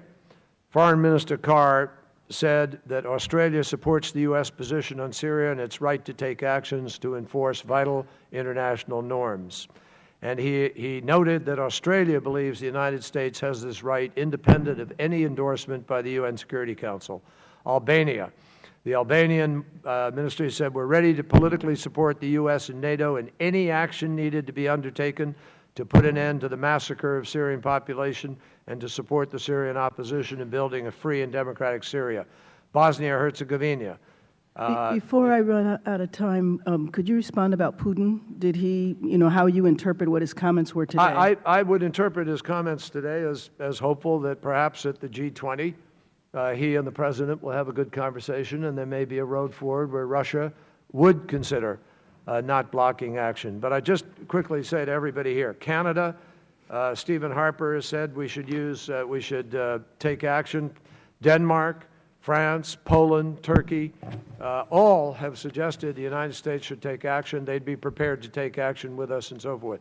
So this is a building response, and I think other countries understand the moment. Thank you. We're going to go now to Mr. Tom Marino of Pennsylvania. Thank you, Thank you, Chairman. Secretary Hagel, if you could tell me or tell us, who are the bad guys? Or maybe put it this way, who are our allies? Who are the good guys over there in Syria? You're referring to the opposition, I assume. But who are they? Well, we have covered some of this ground, but again, you're looking at various groups that are part of the opposition. As Secretary Kerry noted, under General Idris, there are groups who, in fact, have one motive and one objective, and that is a free and inclusive Syria. Do you implicitly trust these people? Well, that's not my business to trust well, certainly anybody. it has to be the business, because you're making decisions to go into war and put American lives at risk. So it's a simple concept. You either trust or do not trust. And if you do not trust, We don't call these people our allies or support. Congressman, every nation, every individual, every group responds in their own self-interest. We're not unaware of all the different groups' self-interest. I think we are. Excuse me, sir. With all due respect, I think we are aware. If we look back what happened in Libya, if we look what happened in the Middle East in the past, if we look at the Muslim Brotherhood, if we look at Al-Qaeda, we have to take this into consideration. But obviously, we do not know yet who the good guys are. So with that, I'm going to ask Secretary Kerry. Congressman, let me respond to that. Okay, would you do it quickly, please? The focus is not on good guys, bad guys. The focus is on a narrowly drafted resolution asking authorization from the Congress. I wouldn't think good guys would be using the gas. I wouldn't think the good guys would be using the gas. And Secretary Kerry, if I may ask you, for argument's sake, as one prosecutor to another, I believe you're beyond a reasonable doubt assertion. I truly believe that. But this will not stop the butchering and the killing that takes place over there. So what is the purpose? What is the end game here? Where is the imminent danger to the United States? Congressman, you're absolutely correct that it will not stop the butchery. I wish it would. But what it will do is what it is intended to do. It is intended to assert the principle, which has been in place since 1925, that no one should use chemical weapons under any circumstance. Sir, I understand that. Right. I understand that, but what is the reality of this? What is the reality of this? We have seen this use in the past. You made the comment in 2002 when Bush wanted to go into Iraq, which I didn't agree with, and the President also made the statements when he, I think, was in the Senate in the state, but at least was advancing his career, that we should not do this, even though Saddam Hussein gassed his own people, the Kurds. Now, what is the difference now, today, that you and the President are so intent on going into Syria because Assad has done this? Well, the gassing was not the pretext for that operation, but ultimately Saddam Hussein was held accountable for not just that crime, but all of his other crimes, and he hung. So the bottom line is he was held accountable. In hindsight, I can see in hindsight you stating that, but you weren't supporting that in 2002 like you are supporting it now, and there's no, I don't see the difference. My issue really gets to this. Who's going to pay for this? And what is it going to cost the United States taxpayers? Let me let Secretary Hagel address the cost issue for the military. Please. Congressman, we have looked at the different costs, depending on the different options, depending on the decision the President makes. We have given some ranges of this. It would be in the tens of millions of dollars, that kind of range. All right, that answers my question, and I see my time is running out here. But believe this, regardless of the minimization of intervention, an American military personnel will die. This I cannot accept. Soldiers coming home deformed and limbless, and even in a body bag, is not acceptable to me, and therefore I cannot and will not vote for this intervention into Syria. Thank you. Well, this specifically notes that no boots would be on the ground, this resolution that is being drafted. I might remind the Congressman. We'll go now to Mr. William Keating of Massachusetts.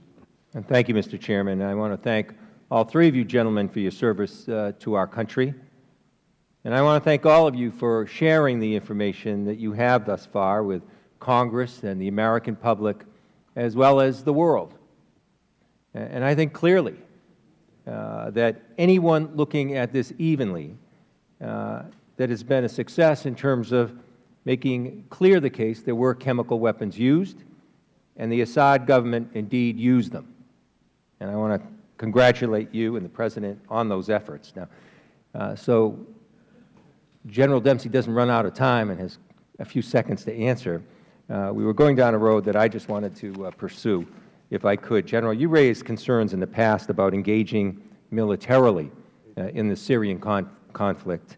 And obviously you're here today to support a limited military action. But, you did start to say in your remarks there are military outcomes in supporting the opposition.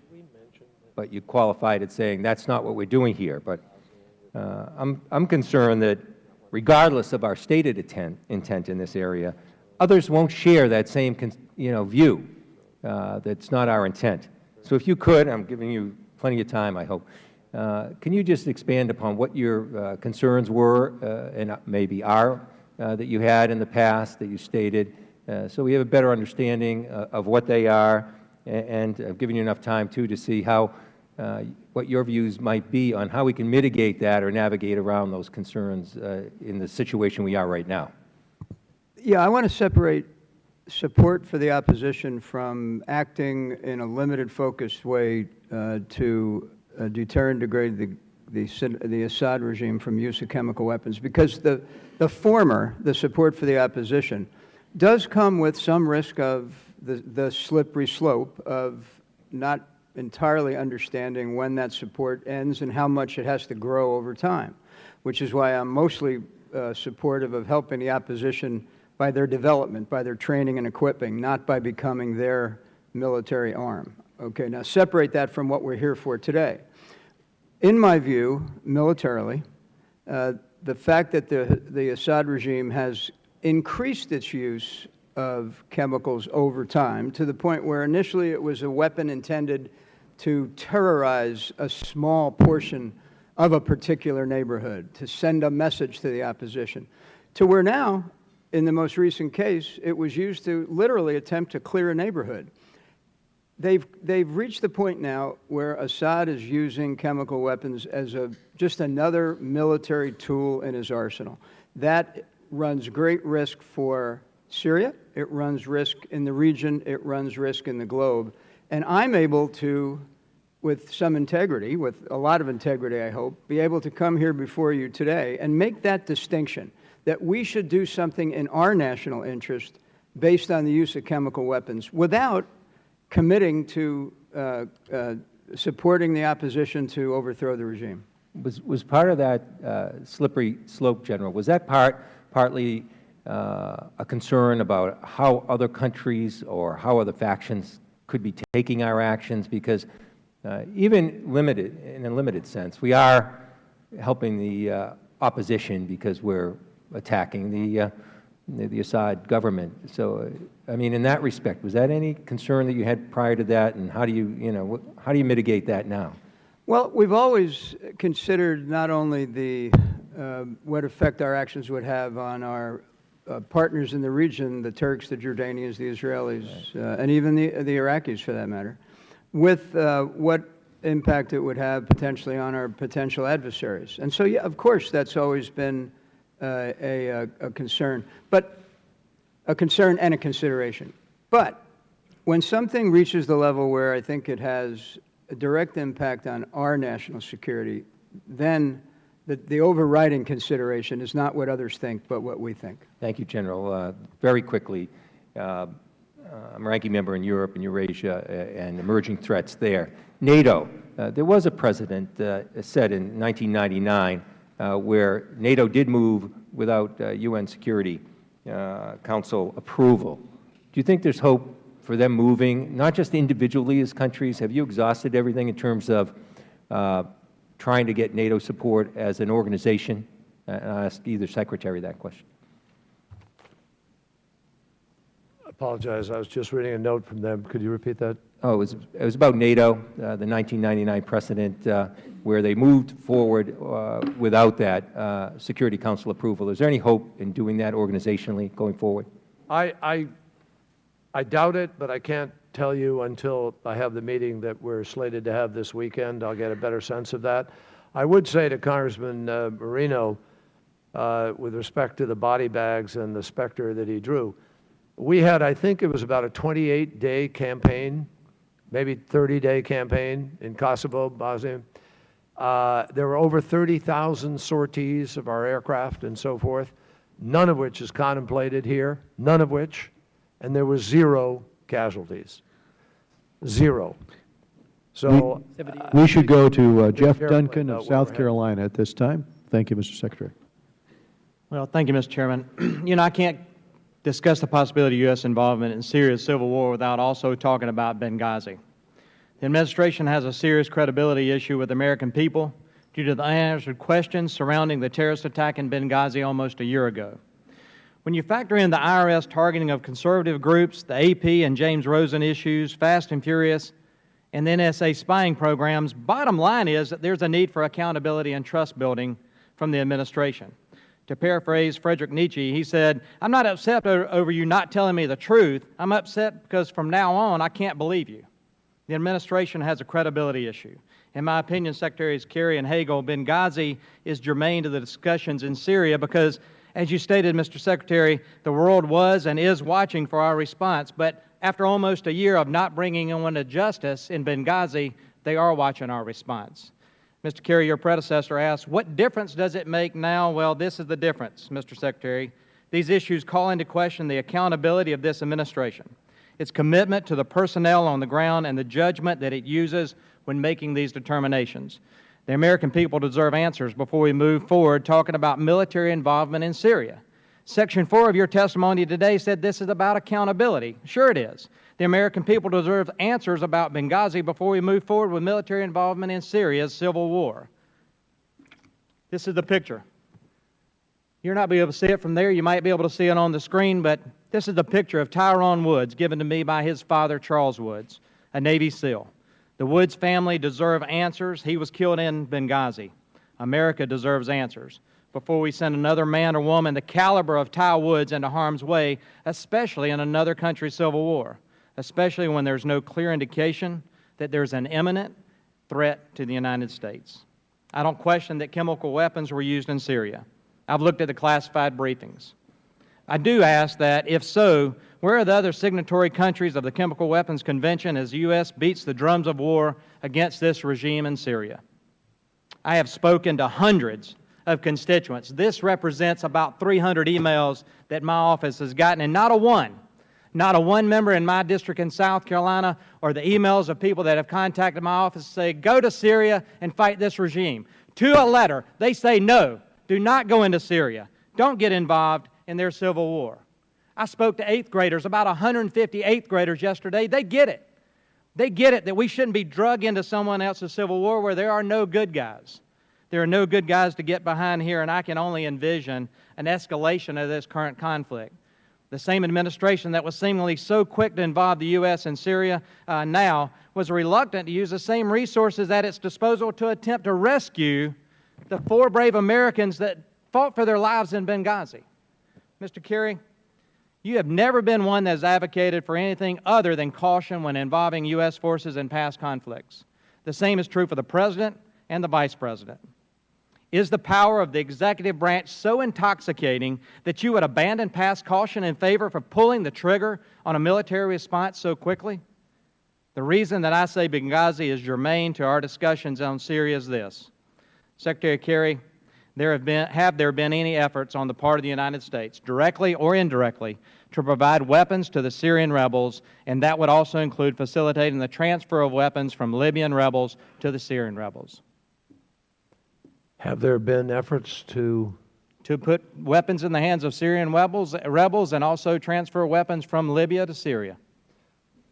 Well, let me begin, Congressman, by challenging your proposition that I've never done anything except advocate caution because I volunteered to fight for my country, and that wasn't a cautious thing to do when I did it. Mr. Secretary, secondly, when I was in the Senate, yes I'm going to no finish, Congressman. I am going to finish. When I was in the United States Senate, I supported military action in any number of occasions, including Grenada, Panama. I can run a list of them. And I am not going to sit here and be told by you that I don't have a sense of what the judgment is with respect to this. We're talking about people being killed by gas, and you want to go talk about Benghazi and Fast and Furious. Absolutely want to talk about Benghazi because 4 Americans lost their lives. I have sympathy for the people in Syria.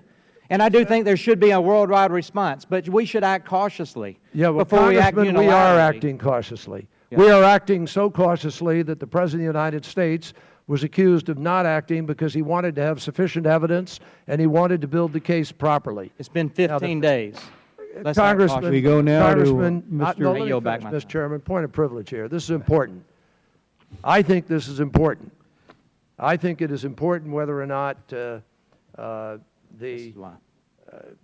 we're going into Syria in a way that the Congressman describes, which I think most people in America don't want us to do. We don't want to do that. That's why the President has said, no boots on the ground.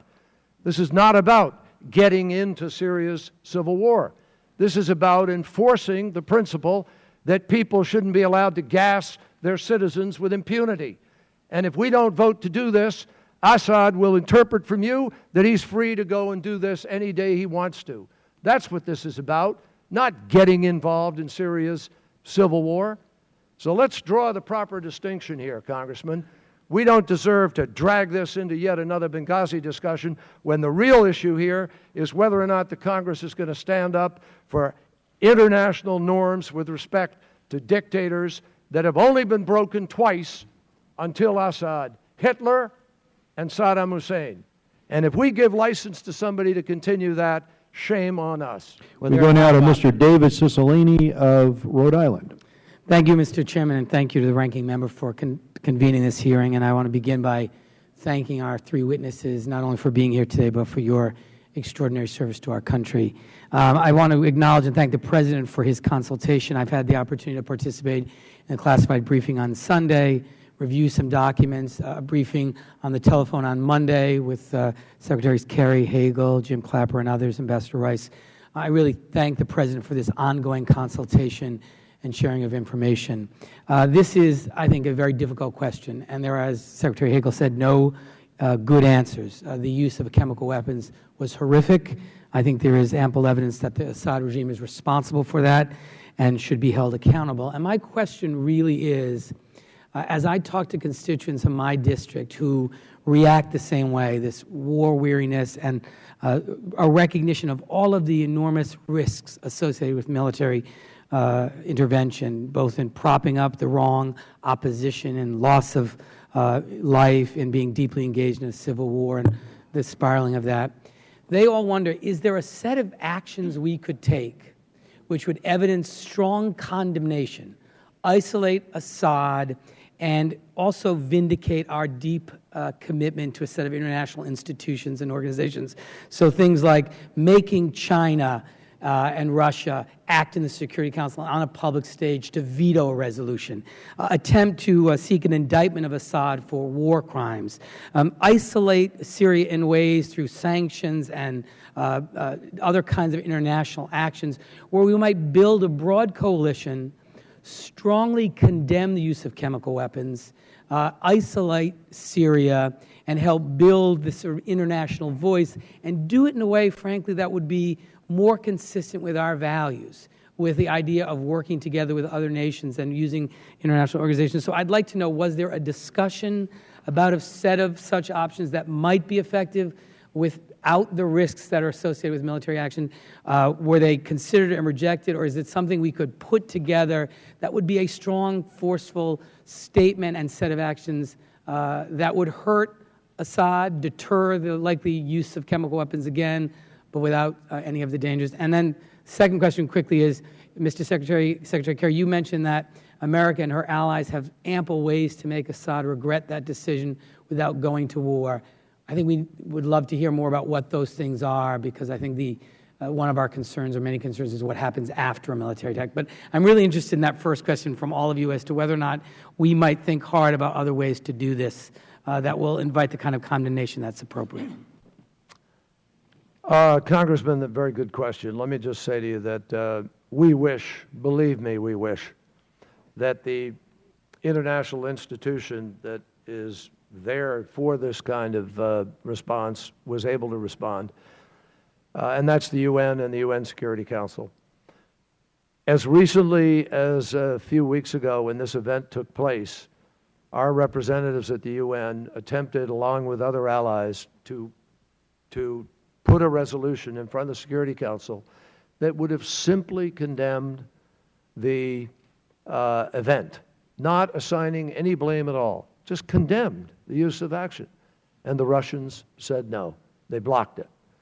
So that is what has set us into this path of believing that we have to act in a way that has an effect at deterring Assad from the use of these weapons. Now, even if the UN did pass something, even if you had some sanction, if it isn't meaningful in a way that is going to deter the action, and no one has yet contrived of some piece of paper or terminology that's going to change this man's calculation with respect to what he's fighting for.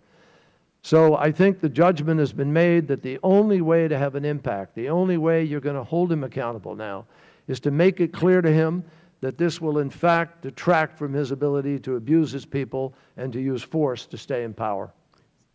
I don't know if Secretary Hagel has.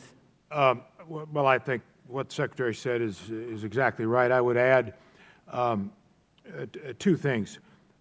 There are a number of tracks that we're on right now to accomplish what you're talking about. Secretary Kerry's diplomatic track, which has been ongoing and intense. Our reaching out to our allies all over the world. I was in Asia last week with 15 defense ministers from all over Asia Pacific discussing this, meeting with leaders of countries in those areas. Our NATO allies, all three of us have been talking to our counterparts from countries all over the world. What the White House is doing, what the President is doing. So working through institutions. We're still involved with the United Nations. So those tracks are being run in addition to what we're talking about here. One exact point on the purpose of this hearing. General Dempsey said this morning at the Senate Armed Services Committee, when asked about the violation of the chemical weapons norm, a 100-year-old norm, well, is it that important? Is it that big a deal? One of the points that General Dempsey made, which is exactly right, and we start here, this is a threat to our interests, to our forces, to our country. Allowing a tyrant to continue to get away with the use of chemical weapons. That's a real threat against us. Adam Kinzinger of Illinois. Thank you, Mr. Chairman. And gentlemen, thank you. I know you've had a couple of very long weeks. I'm about to support this, but I do want to say at the very beginning my disapproval of the President's policies in the Middle East. And I believe that part of the reason we're having difficulty rallying an international coalition is because they don't see the United States having led on this until recently. But that said, as a veteran of the military, as a current serving military pilot in the Air National Guard, I also am war-weary, as many Americans are war-weary. But I want to remind Americans of what one of my favorite presidents, Ronald Reagan, said. If we want to avoid war, he said, war begins when governments believe that the price of aggression is cheap. And I think that's a situation we find ourselves in Syria now. In fact, in listening to some of my colleagues, it's been amazing to me that we are seeming to paralyze ourselves into inaction, running through every potential scenario that could occur in this. And it makes me wonder, God help us if we become a country that can't do the right thing because we paralyze ourselves to inaction. What I've got here is a picture that I think everybody needs to see. This is a picture of Syrian children, many of which the Secretary said earlier, about 400 some, died in at least just this one chemical gas attack. And if we don't do anything about this, you can ensure that maybe even the kids in this picture, or definitely other kids, will die from the same attack. I want to very quickly read to you the effects of sarin gas, and I want you to look at these children and understand that children have gone through this. The mild effects of sarin exposure is runny nose, watery burning eyes, small pupils, eye pain, blurred vision, drooling and excessive sweating, cough, chest tightness, rapid breathing, diarrhea, nausea, vomiting, abdominal pain, increased urination, confusion, drowsiness, weakness, headache, slower fast heart rate, lower high blood pressure. Exposure to large doses of sarin, like we saw in Syria, loss of consciousness, convulsions, paralysis, respiratory failure, which is a polite way of saying you suffocate to death while you're aware that you are suffocating to death. What we're talking about is a discussion of what the international community and the United States of America in the goodness of our heart has determined is the right thing in an area that we can affect. Can we ban all artillery shells? We can't. Can we ban all war? We can't. But if we can stand up and say that chemical weapons have no place in this world and we can do something about it, God help us if we don't. And I would remind folks, and I will ask you all to comment on this eventually, from 1991 to 2002 or 2003, we maintained 2 no-fly zones over Iraq under bipartisan administrations because of our disdain for chemical weapons. And most people would have agreed that what we did over northern and southern Iraq was the right thing to do because Saddam Hussein gassed his own residents. This is not the first time America has put down a red line on chemical weapons. I've heard people say that this is the president's red line. It's not the red line of the United States of America, and you just have to look at history and know that it is. And I'm also reminded of what President Clinton said when he was asked what his one regret was for his time in presidency. He said, "My one regret was inaction in Rwanda." And I wonder in 20, 10, 50 years, what are we going to say if we did nothing about the gassing of thousands of people in Syria? Now, I just have a couple of questions. I've heard some people say, and it's really bothered me, they say that if we go in and we strike Assad and make him pay for the use of chemical weapons more than any benefit he gains, that we are acting as, quote, Al-Qaeda's Air Force. And I believe that is a cheap line by some people to garner headlines and not a serious discussion of what's going on in Syria. So, Mr. Secretary Kerry, if you'll start, what's your thought on the comment of the cheap line of Al-Qaeda's Air Force in dealing with the opposition and in punishing an evil man for using evil weapons?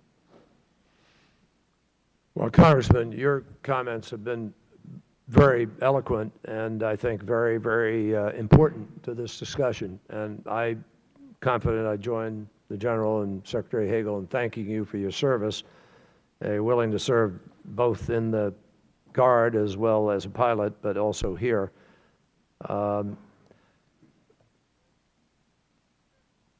The intent of the President could not be more clear.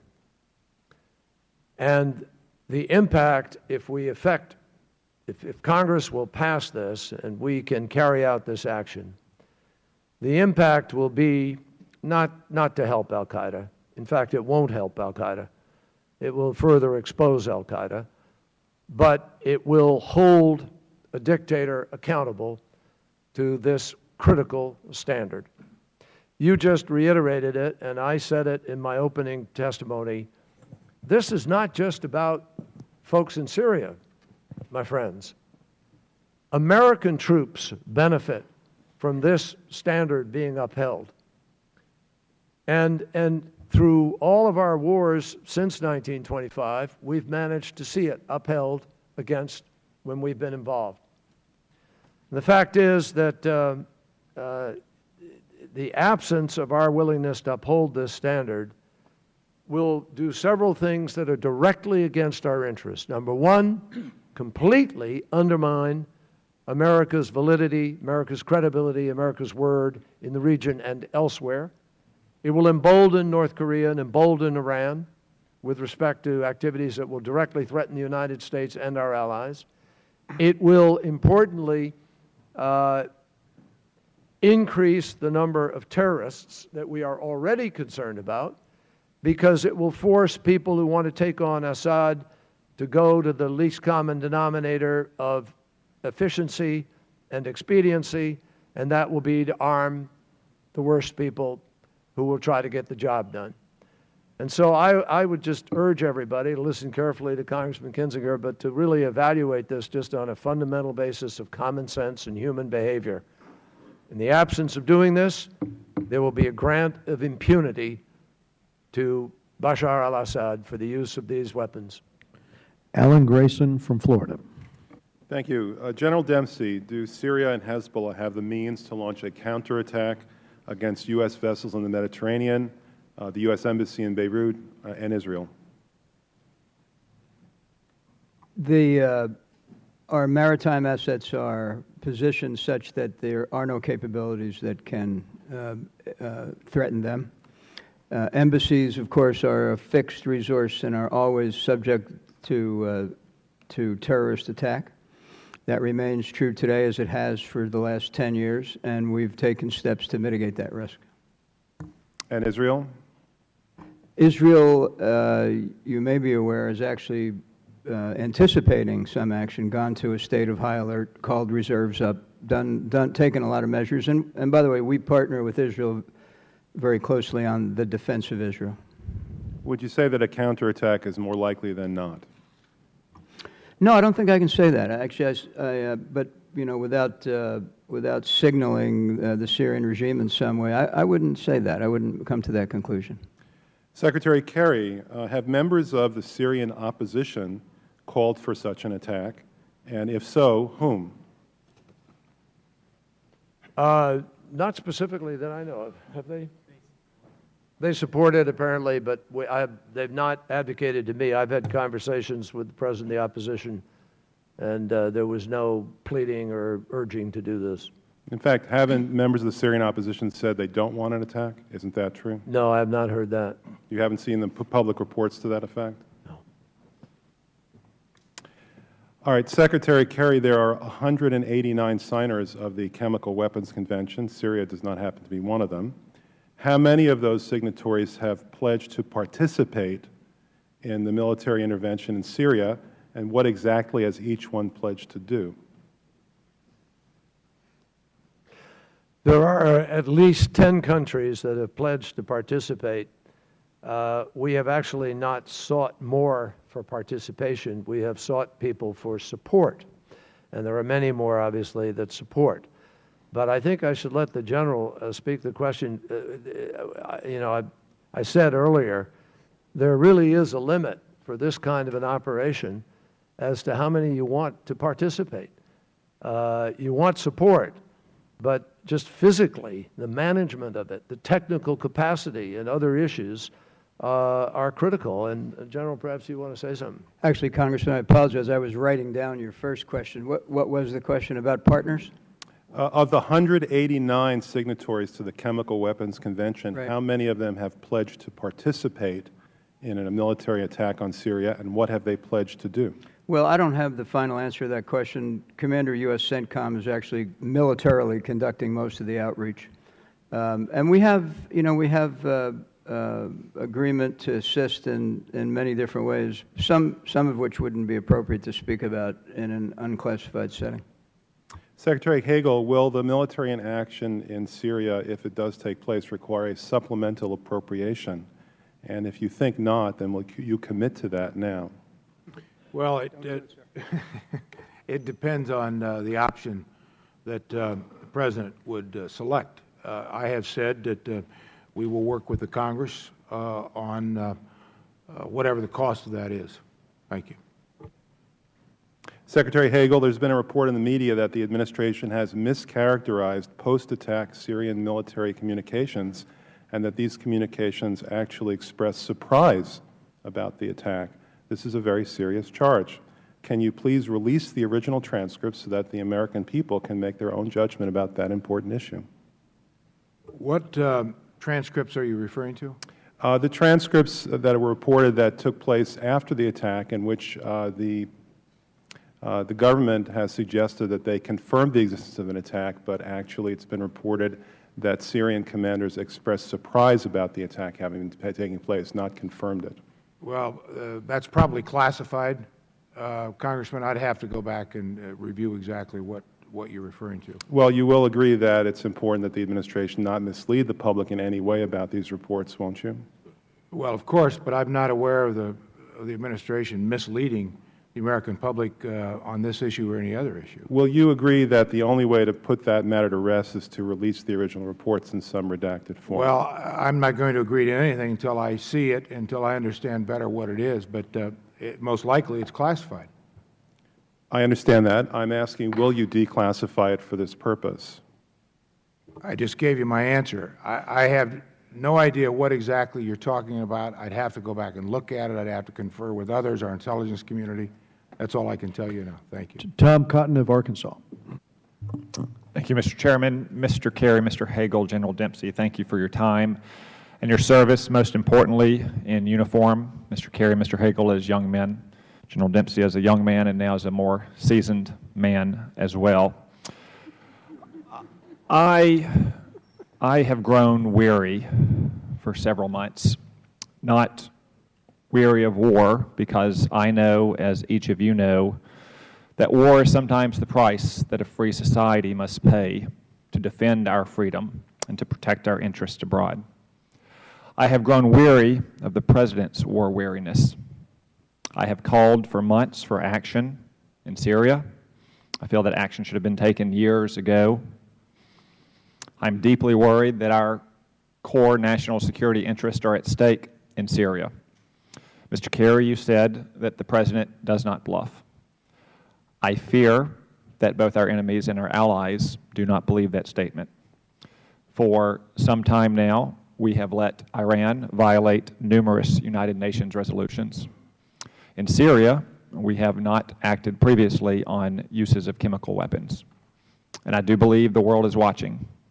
And the day the United States does not act is not just the day that Bashar al-Assad knows it's open season for chemical weapons, but also the day Kim Jong-un knows that, and most ominously, the day that Iran's Supreme Leader Ayatollah Khamenei spins his centrifuges into overdrive, which starts the clock ticking to the less than 2-year moment when those nuclear warheads on intercontinental missiles could hit our constituents here in the United States. I agree with what my colleague Adam Kinzinger has said, that we have a vital interest in maintaining the international taboo against chemical weapons. All of you, like me, have been in training, I suspect, where you've been exposed to gas, and you know that no one benefits from that taboo more than do American troops.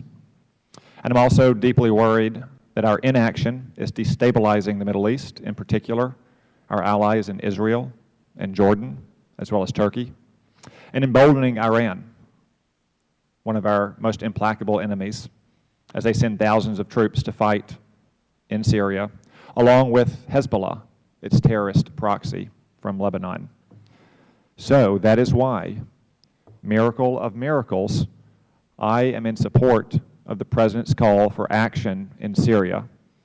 I'm urging my colleagues on both sides of the aisle to support this action as well.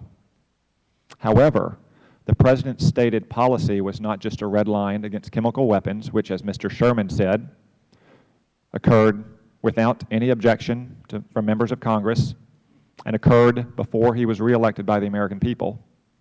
It was also a stated policy of regime change.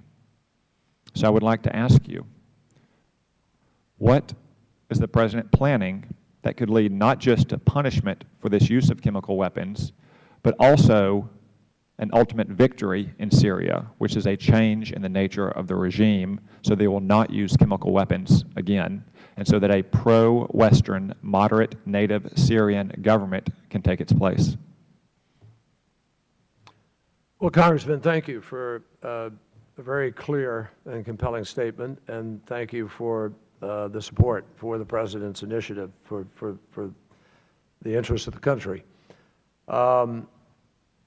With respect to the longer term, you're absolutely correct, but I want to separate here because it's very important in terms of what the President is asking the Congress for.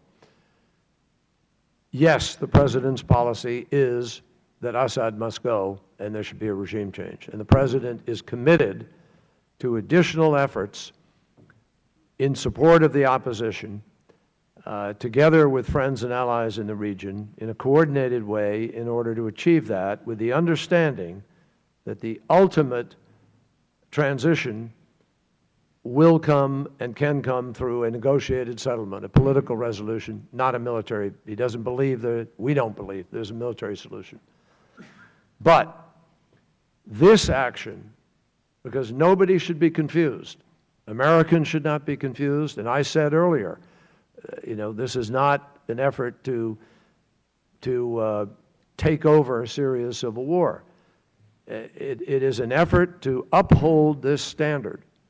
And the action the President is asking the Congress to approve is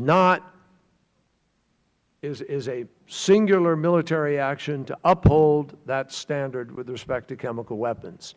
On a separate track is the political track, which the President is seeking support for through appropriate channels here in Congress, which is in effect now, to help the opposition in order to ultimately see Assad leave. But we don't want to confuse the two in the context. Is there a downstream collateral benefit to what will happen in terms of the enforcement of the chemical weapons effort? The answer is yes. It will degrade his military capacity.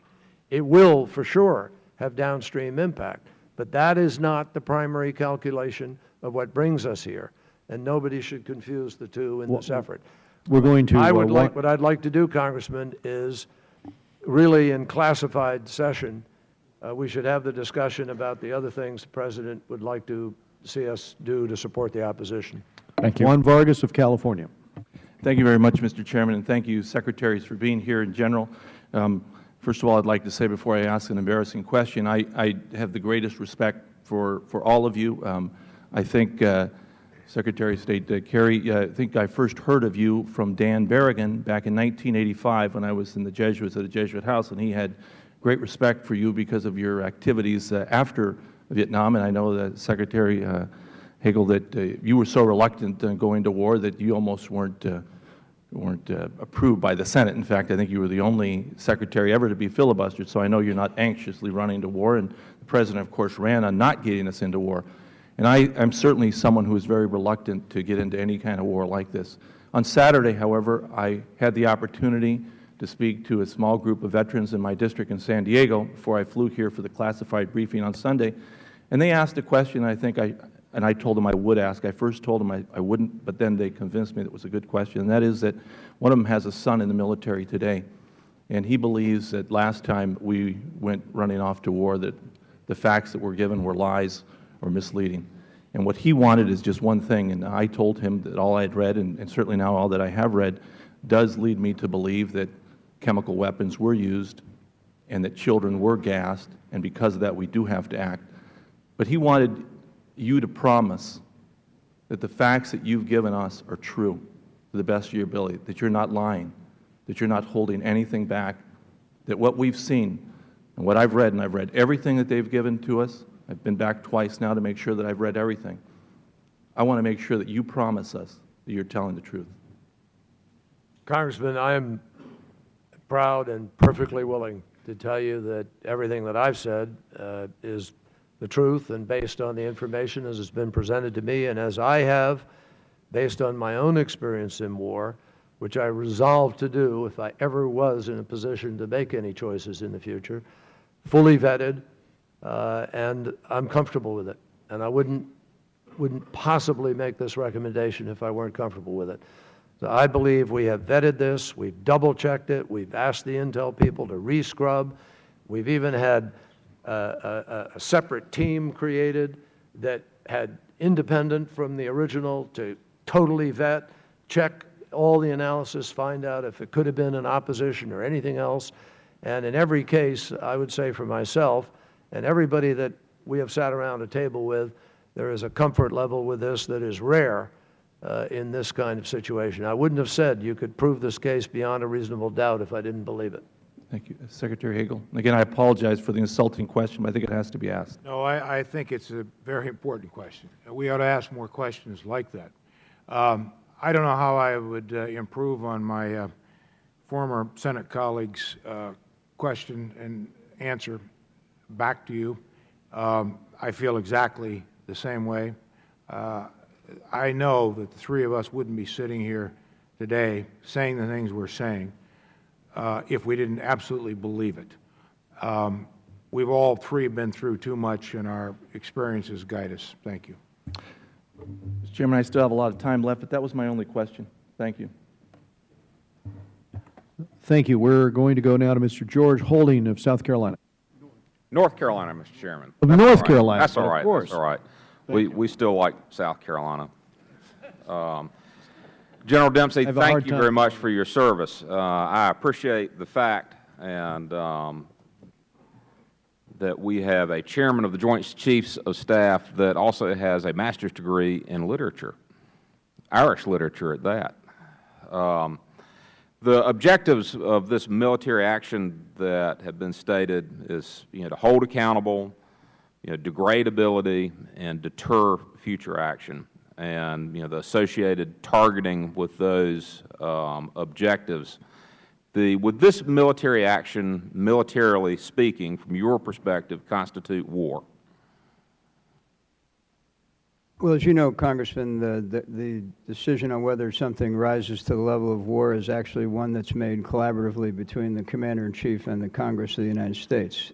I think militarily, it's hard. It would be hard for me to say that this is other than an act of war. But the problem with that characterization is that war has this image of being a campaign over an extended, protracted period of time until someone plants a flag or someone surrenders. And I want to make it clear, that's not what we're talking about here. We're talking about something very limited to address the specific issue of the use of chemical weapons.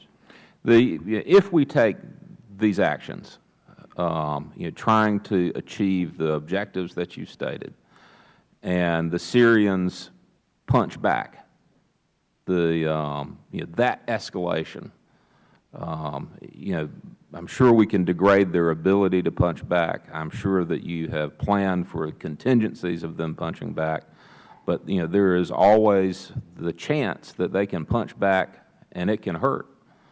I think about the British in the Falklands, and they had tremendous, overpowering strength, and all of a sudden they found that there were some weaknesses there. There was a hole in defenses, and they lost a capital ship. And that could happen to us. If the Syrians punch back and are successful, would that be closer to a definition of war? Well, I'm not sure that their reaction to our action and our reaction to that, this gets into a cycle. And again, it's not the Chairman of the Joint Chiefs that defines or declares war. But if you're asking me, are we prepared for retaliation, we are as well prepared as we possibly could be. So certainly we're prepared for any retaliation, and if there was retaliation, we would have to answer that immediately. I don't, Congressman, I wouldn't make that conclusion. I mean, I think there's no automaticity to anything in conflict, at least from my perspective. I think that we would certainly have the ability to control our response on our terms. So I wouldn't conclude that this resolution starts a process that you or the President lose control of. Militarily speaking, is Russia still a superpower? I think the answer to that question is when you look at the instruments of power, look at ourselves. So it's a combination of military, diplomatic, and economic power that defines us as a quote-unquote superpower.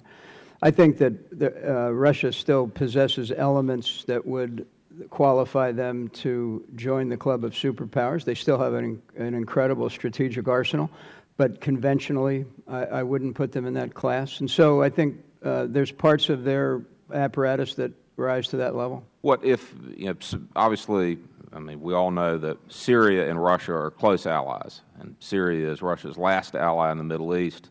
Syria has the only Russian military base outside of Russia. If Russia decided to strike at us in that theater, what are the top 3 options that they would have to strike us in retaliation for us striking their closest ally? Congressman, I'm going to suggest that it wouldn't be helpful in this setting to have a discussion about that kind of hypothetical, but I do have some views about it that I could share in a classified environment. But we can certainly say that Russia would have options to strike us in that theater in retaliation for us striking their Russia ally. has capabilities that range from the asymmetric, including cyber, all the way up through strategic nuclear weapons.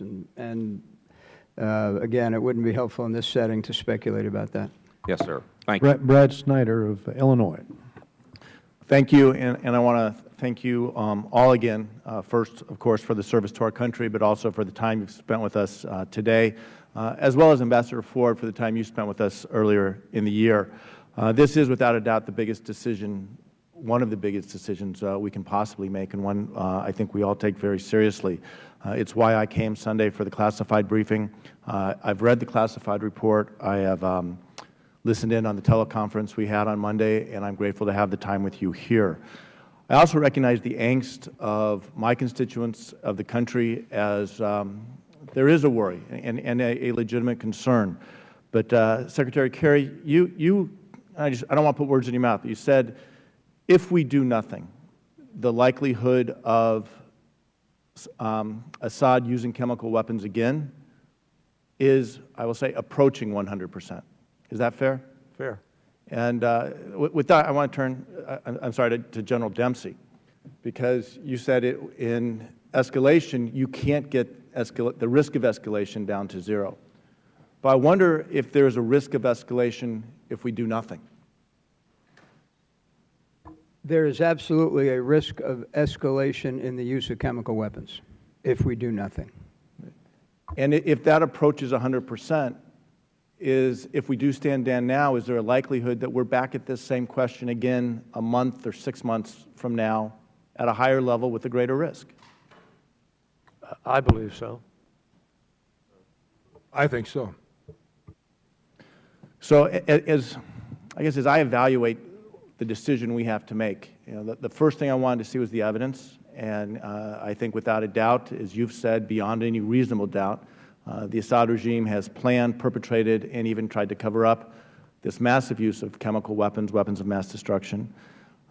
One of my questions was a question of national interest. And General Dempsey, you've said without a doubt, for our soldiers, for here at home, and our interests around the world, this is a threat to our national interests. Is that fair as we go through the decision process? It is, because of the essentially establishing it's an overused phrase, but a new norm. And I haven't lived in a world where militarily chemical weapons were routinely used, and I don't want to live in that world.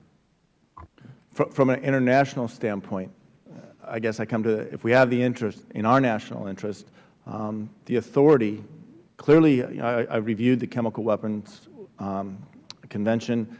The United Nations is the authority here, but Secretary Kerry, you said the United Nations is not available to us. If it was, would we be on a different strategy, or is this all that's left to us? If the Russians were to join in and be willing to pass this with the Chinese, I guarantee you the President would want to see it passed. All right, thank you. Could I just also, Congressman Holding left a question on the table, and I want to make sure it's not hanging out there. Foreign Minister Lavrov of Russia has made it clear, quote, pretty much quote, paraphrase, Russia does not intend to fight a war over Syria.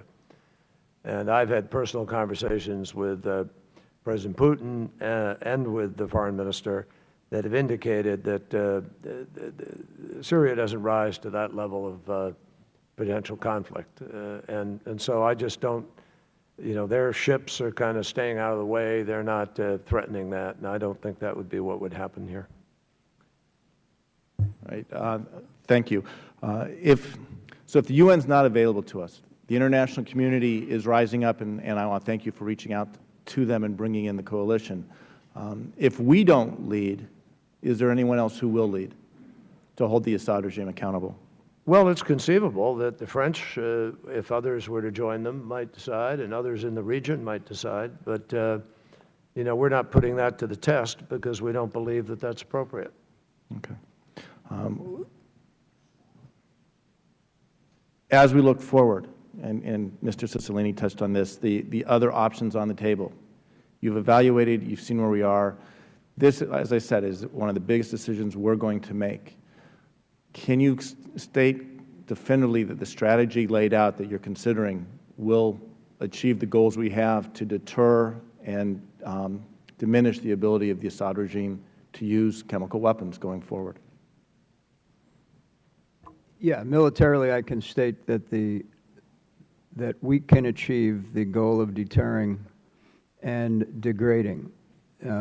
Take note that I didn't say we can prevent. I mean, that's the challenge here. We are trying to change the calculus of the regime. I understand. I mean, What I believe is that for us to prevent would require isolating, identifying, and putting boots on the ground, which I think uniformly we've said we stand against. All right, thank you. I yield back. We'll go to Mr. Randy Weber of Texas. Thank you, Mr. Chairman. General Dempsey, these are for you. In your remarks that you submitted to this committee, there was 5 options you laid out: training, assisting, advising and assisting the opposition, conducting limited standoff strikes, establishing a no-fly zone, establishing buffer zones, and number 5, control chemical weapons. Now, I've been through that, and I've studied it, and I'm going to go back through that. Training, advising, and assisting the opposition cost several hundred troops to several thousand, in your words, $500 million annually. Risks were that extremists would gain access to additional capabilities. You remember writing that? I do. Okay, perfect. You also said risk was retaliatory attacks. You also said insider attacks was a risk, where those troops, the people that we're seeking to help, would actually wind up turning their guns on us and killing our troops. Number 2, you said conduct limited standoff strikes. Your cost was in the billions, especially depending on the duration. You also said, quote, and I'm quoting you, regime could withstand limited strikes by dispersing its assets, end quote. It's as if we gave them a 2-week notice. You also said retaliatory attacks were possible, and the probability of collateral damage would impact civilians and foreigners inside the country. Number 3, you said establish a no-fly zone. Your estimate was cost $500 million initially, and averaging as much as $1 billion a month.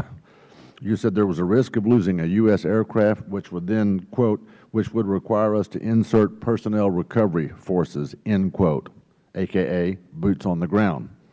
You also said it may, quote, it may also fail to reduce the violence or shift the momentum because the regime relies overwhelmingly on surface-fired mortars, artillery, and missiles, end quote. In other words, it's not a very good option, my estimation. Number 4, you said establish buffer zones. You estimated that at $1 billion a month. Number 5, you said control chemical weapons. Risk, boots on the ground, American women and men, $1 billion a month, which I understand the Secretaries of State and Defense are not advocating that. But I have a simple question for you. Everything I read from your summary indicated to me that there is absolutely no guarantee of a lasting peace in Syria or in the region, and nor that they are American-friendly after we have a gargantuan outlay of American money, resources, and maybe American blood and even lives if they retaliate. Absolutely no guarantee. Would you say that's a fair statement? I just would remind you, the answer to the letter that I sent to Representative Engel was related to the question that I received, which is, what would it take to tip the balance in favor of the opposition and lead to the overthrow of the Assad regime? Okay. So I want to make sure we're separate from what we're doing here today. No, I got that. I appreciate that. I'll direct that to Mr. Hagel. Would you say that's a fair statement? No guarantee of an outcome on the other end? No guarantee the outcome of a stable, option of of peace in Syria, peace in the region, and that whoever comes out on the other side will be our friends. No guarantee. Well, but that's not the stated objective of what we're talking about. Well, that wasn't my question, sir. My question was, would you guarantee that after trying to establish the objective that you're seeking to establish, we still do not have a guarantee on the other end of a stable Syria, a stable region, and whoever comes out on the other side would be our friends? Well, I wouldn't guarantee anything. This is, as I believe the last 3 hours has been very clear about, this is unpredictable, it's complicated, it's dangerous. There are many interests that are surging through the Middle East, in particular Syria. Okay. What we're thinking through diplomatically, militarily, international coalition, all the other factors that we've talked about today are Forgive me, but I'm running out of time. to get to one thing, and that's a diplomatic settlement. Okay. Secretary Kerry, your response, please. I can't give you a guarantee about the outcome in Syria as a whole, but I can give you a guarantee that the United States of America can make it clear to Assad that it's going to cost him to use chemical weapons, and we can have an impact on deterring and degrading his capacity. That guarantee is what I can give you, and that's what the President's seeking to do. But at what price, I would add, in my last 15 seconds? Well, not at the price that you described. Absolutely not at the price that you Well, let me just say, if American credibility is at stake here, let there be no mistake. If anybody were to attack us, this Congress, in my view, would respond, would authorize the full force and fury of our very capable military. Congressman, Mr. Chairman, this is important. But Congressman, not everything comes down in terms of threat or potential future, threat to our country to somebody attacking us. Lots of things we do in preparation and as a matter of deterrence, and we also do it in the context, on occasion, as we did in Bosnia, to make peace, to have a settlement, to save lives. That's what we achieved. And so we have achieved that previously, and I believe in the long run it is vital for the United States to assert this principle and to begin to move this troubled part of the world in a different direction. That's what we're working on. Dr. Barra from California. Thank you, Mr. Chairman. And thank you, the witnesses, for their patience. Obviously, this has been a long day. It's been a long week, but it is of critical importance that we are having this discussion. I applaud the President for including Congress in this debate. I agree that we have to show resolve, and we have to show that we're committed to our allies. But my constituents and I still need to be convinced, not that atrocities have occurred. We all are unanimous in our condemnation of what Assad has done. But we need to know exactly what our goals are and our objectives, because this is increasingly a complex situation. And to that extent, let me ask Secretary Hagel a question. When I was home in Sacramento County this past weekend, people were stopping me in the grocery stores. My neighbors were pulling me aside on the street. I think all of my colleagues have been inundated with phone calls, emails, and almost unanimously, people don't want us to strike Syria. They're fatigued. And I answer to these people. These are the people that I represent. So my question, Secretary Hagel, is what can I tell my constituents about why these strikes are in our national security interests, why these strikes matter to these folks that are struggling every day? How do I effectively communicate what our plan is? I understand your question clearly, and I understand the responsibility you have to give those you represent a clear answer. So that's partly why the President wanted to bring this before the Congress, so the American people would have an opportunity to hear all the questions and get the answers. My answer to you is, for you to give to your constituents, is it's clearly in the interest of our country because, as we have noted here today, the use of chemical weapons, if it becomes a norm, if it becomes a standard, if it becomes an art of war, a method of war that's accepted by the world, which has not been for the last 100 years, it jeopardizes our country, our homeland, our troops, our people all over the world. When you look at the nations that have stockpiles, that one nation in particular, Syria, that we're talking about, has used those. North Korea has them. What about Iran's threat to all of us? So this is in the interest of the United States, aside from the international norm. So listening to those concerns, listening to what the strategic goals are here and why it is in the national security interest, again, listening to my constituents, they understand the importance of maintaining our credibility and our standing as a nation. But again, Syria seems so far away from them.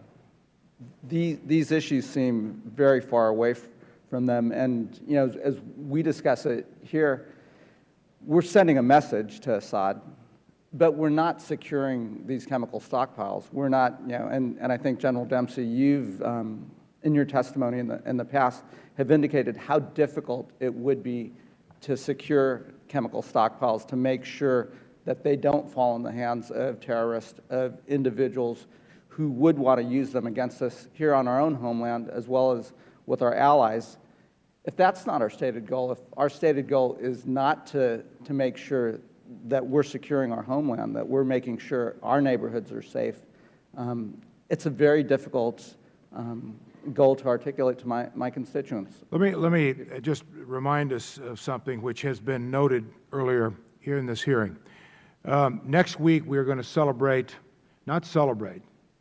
we are going to remember what happened in this country on that September day in 2001, and we all recall where we were.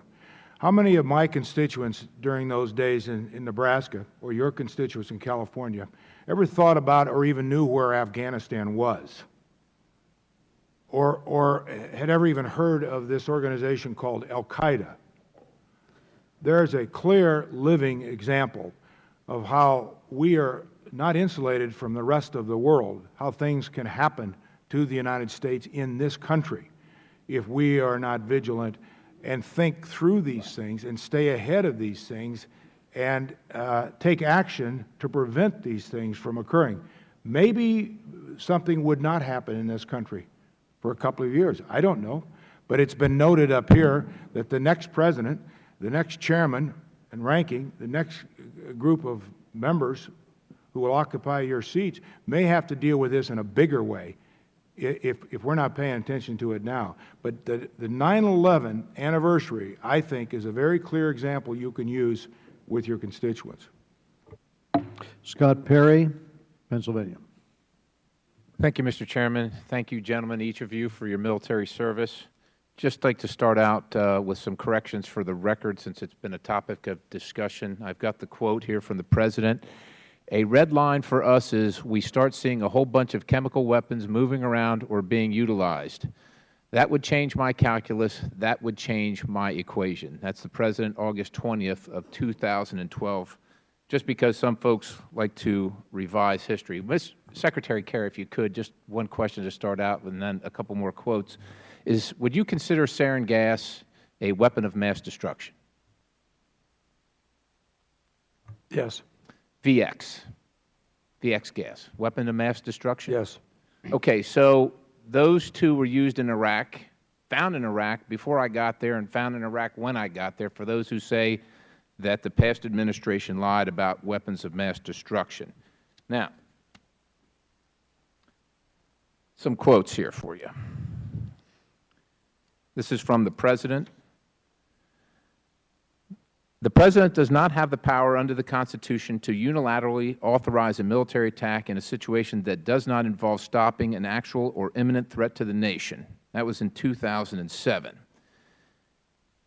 If the U.S. goes in and attacks another country without a UN mandate and without clear evidence that can be presented, then there are questions in terms of whether international law supports it. That was August 23rd of 2013.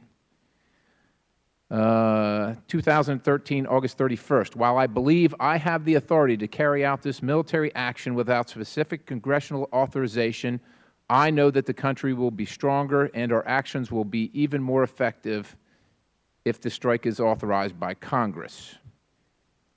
Now, Secretary Kerry, you, President Obama, and Vice President Biden have all previously expressed your support for the War Powers Resolution. Section 2C of the statute asserts that the President may constitutionally use U.S.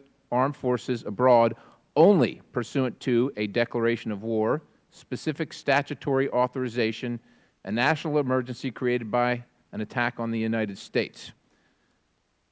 We have a credibility and trust issue here. I questioned Ambassador Ford right here in this room in March about our strategy, and I could get no clear answer regarding the crossing of a red line, which I think was a capricious statement based on the lack of a strategy. However, we are here right now with this situation in front of us.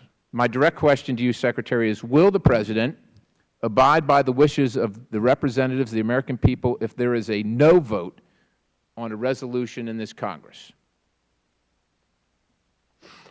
Well, I can't, look, I can't answer for the President. he answers for himself, obviously, and I answer to him. But I can guarantee you the President has made it clear that he believes he has the authority within the Constitution, in the executive branch, to be able to take an action without congressional approval, and that has happened again and again under presidencies of both parties. So, I don't think we're going to advantage ourselves with that constitutional debate here right now.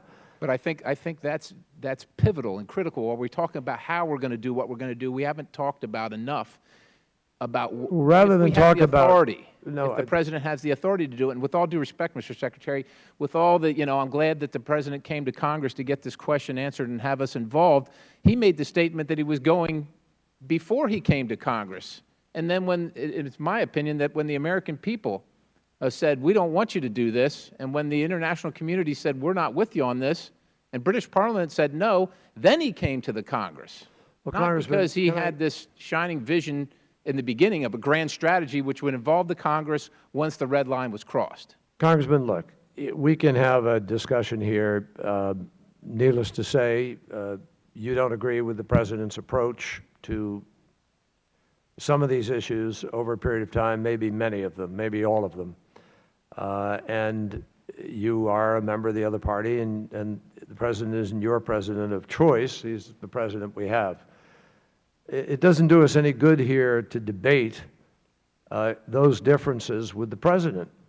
What is important is to discuss here whether or not the fact that he has come to you and he is requesting this authority and he has made his decision as President of the United States. Okay, and I would say that's so fair. now let's Thank you, decide whether or not together we can find the common ground in the interests of our country to do what is necessary to hold a man accountable for his use of chemicals, weapons of mass destruction. That's the question. We have with us Tulsi Gabbard, who flew a long way from Hawaii to be with us today. Tulsi.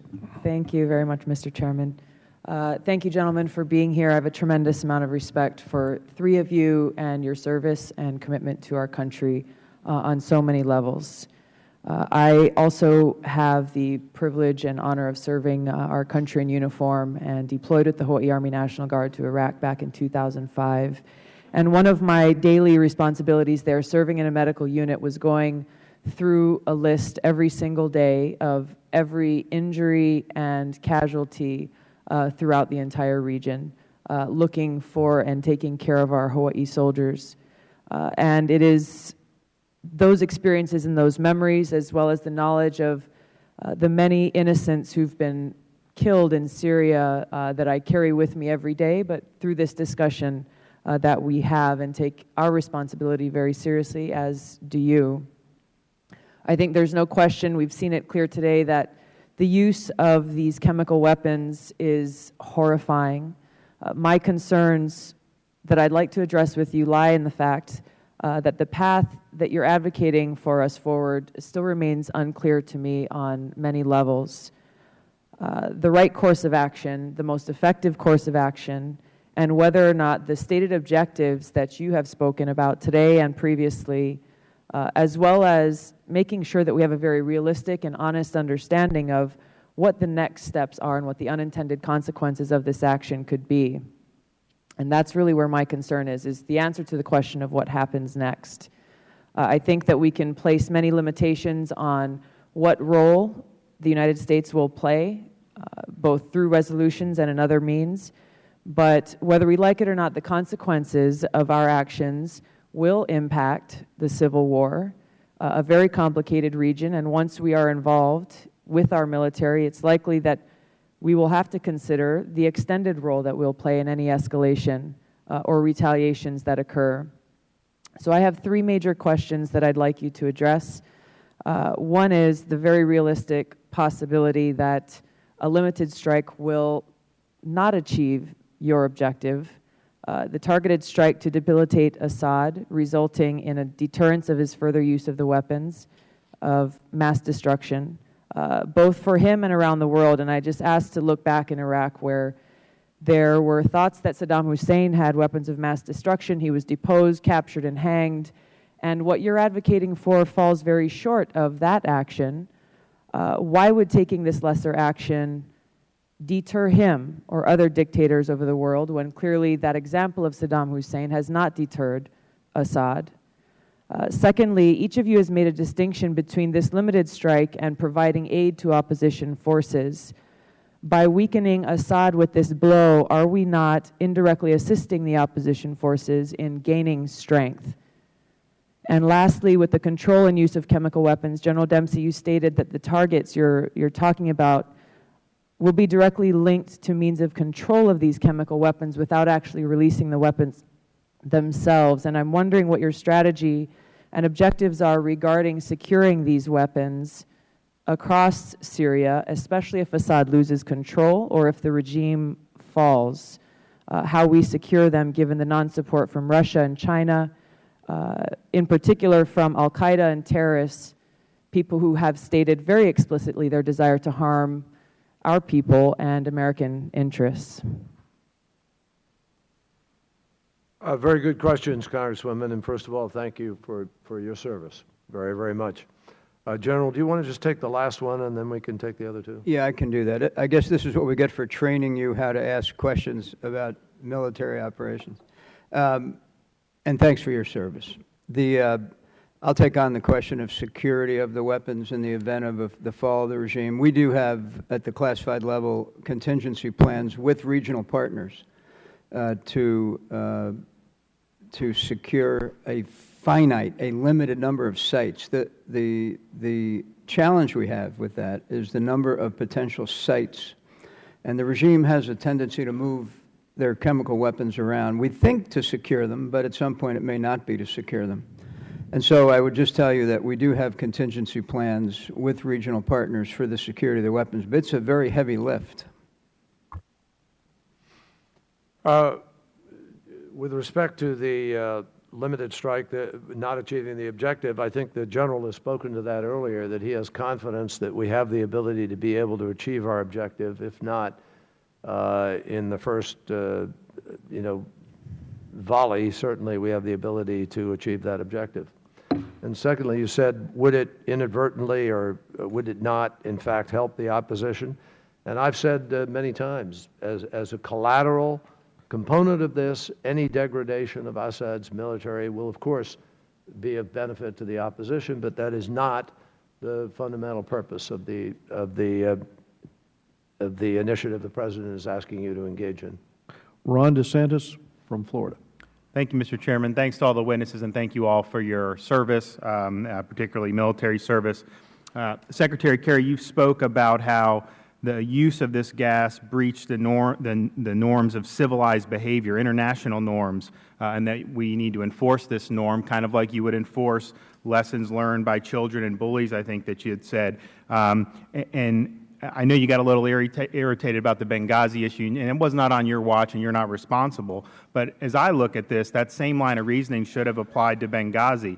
The assassination of a diplomat breaches norms that were recognized probably far longer than norms against use of sarin gas, and yet the U.S. has not acted to avenge the death of the 4 Americans, including our ambassador, who were massacred in Benghazi. And that lack of response, I think, using the same line of reasoning, certainly could embolden terror groups and Islamic malcontents that they can do this and that we may not respond forcefully. Now, you're not responsible for that, but there is a frustration among some of my constituents about how we've handled that, not on your watch, but I just wanted to clear up how some of us view that. Well, Congressman, let me speak to it, because I appreciate completely. I think it's a little different from the earlier question, so to speak. I appreciate and respect completely the need for justice to be done. And believe me, we have this discussion in the State Department and in the White House about the steps that are being taken. And there are steps being taken. That is not a back burner issue. And in an appropriate setting, I'd be delighted to share with you exactly what is going on. But that accountability is a priority for the President, it's a priority for us. We appreciate that, and we are waiting for that. Secretary Kerry, do you think that striking Syria for Assad using poison gas will have an effect on whether Iran decides to continue with its nuclear program or abandon it? I think whether or not the United States stands up at this moment, as I have described earlier, to enforce this almost century-old prohibition on the use of weapons will, in fact, affect not only Iran, but loads of people's thinking about whether the United States is good for its word. So you think that it is possible that Iran, seeing a limited strike against Assad, that they will actually decide to abandon No, their I didn't weapons say program? that. I said it will affect their thinking about how serious the United States is. I can't predict what they're going to decide to do or whether they'll abandon it or not, but I'll tell you this, it will enter into their calculation about what we might or might not be prepared to do. And if we don't do anything, I absolutely guarantee you that too will enter into their calculation. I guess my fear is that they've already made their determination and they're going to continue with it, but I guess we will find out. In terms of these opposition groups, and I think it's true that when you degrade Assad, you are benefiting the opposition groups, and I think that the bulk of that energy right now is with Sunni supremacists and al-Qaeda-affiliated terrorists, but it is difficult to kind of figure out where everybody is in all this. And there was a quote that you had given about when we were evaluating the Libyan opposition. You said, we didn't know who all the people were in Eastern Europe either. We don't always know who they all are. If you asked Lafayette the question, if he knew everyone over here when he helped us during the American Revolution, what he'd say, I think that you have to kind of have a sense of the course of history and what they're fighting for. Is that pretty much, do you stand by that quote and kind of the difficulty in evaluating? And I ask that because, you know, we've seen with the Arab Spring, we've seen the reaction to us going into Afghanistan, Iraq, and kind of what is the animating impulse in these Muslim countries. And there was a comment about we'd like to see a pro-Western government take the place of Assad, and I have not seen any evidence to suggest that that's what would be the primary impulse motivating the people in a post-Assad Syria. Indeed, I fear that what would motivate them would be the Muslim Brotherhood, Sunni Islamism, of course, al-Qaeda-type terror groups. And so that's the sense of history that a lot of us see, and that's why when we're looking at a potential strike, how that could affect the civil war, we don't want to be doing something that's going to lead to an outcome that's as bad as having Assad or potentially even worse. Congressman, a very good question, and the answer is there are some really bad actors in some of these groups in Syria. Al-Nusra is not the worst, but they're really bad. And there are a couple of other groups that, you know, some people characterize as worse. But one of the things that is concentrating the President's thinking about Syria and the reason for supporting the moderate opposition is to have a buttress against those folks who, if Syria continues to move in the direction it's been going, if there's an implosion, they will be strengthened. There will be more of them. This is, in fact, something that does bring Russia and the United States together. When I was in Russia and met with Putin, he discussed specifically their concerns about the extremists. But Syria, traditionally, historically, in the recent years, has been a secular country. And the vast majority of the opposition, 75%, 70% of it, is hopeful to have a very different Syria, free Syria, Syria that has minority rights protected, that is inclusive, and that's what the opposition has, in written form, committed themselves to and is talking about wherever they go in the world. So I hope you will recognize that the best way to isolate that extremist opposition is to more rapid, the extremist components of the Syrian fabric, is to more rapidly build up the opposition and diminish Assad's capacity to prolong this. Joaquin Castro of Texas. Thank you, Mr. Chairman, and thank you, gentlemen, for your service, first of all, and for your testimony today. You know, there have been a lot of strong arguments made on both sides, both in favor of taking action and, quite frankly, against taking action. I've had a chance to hear about 1,500 comments from social media posts to emails, calls, faxes, et cetera.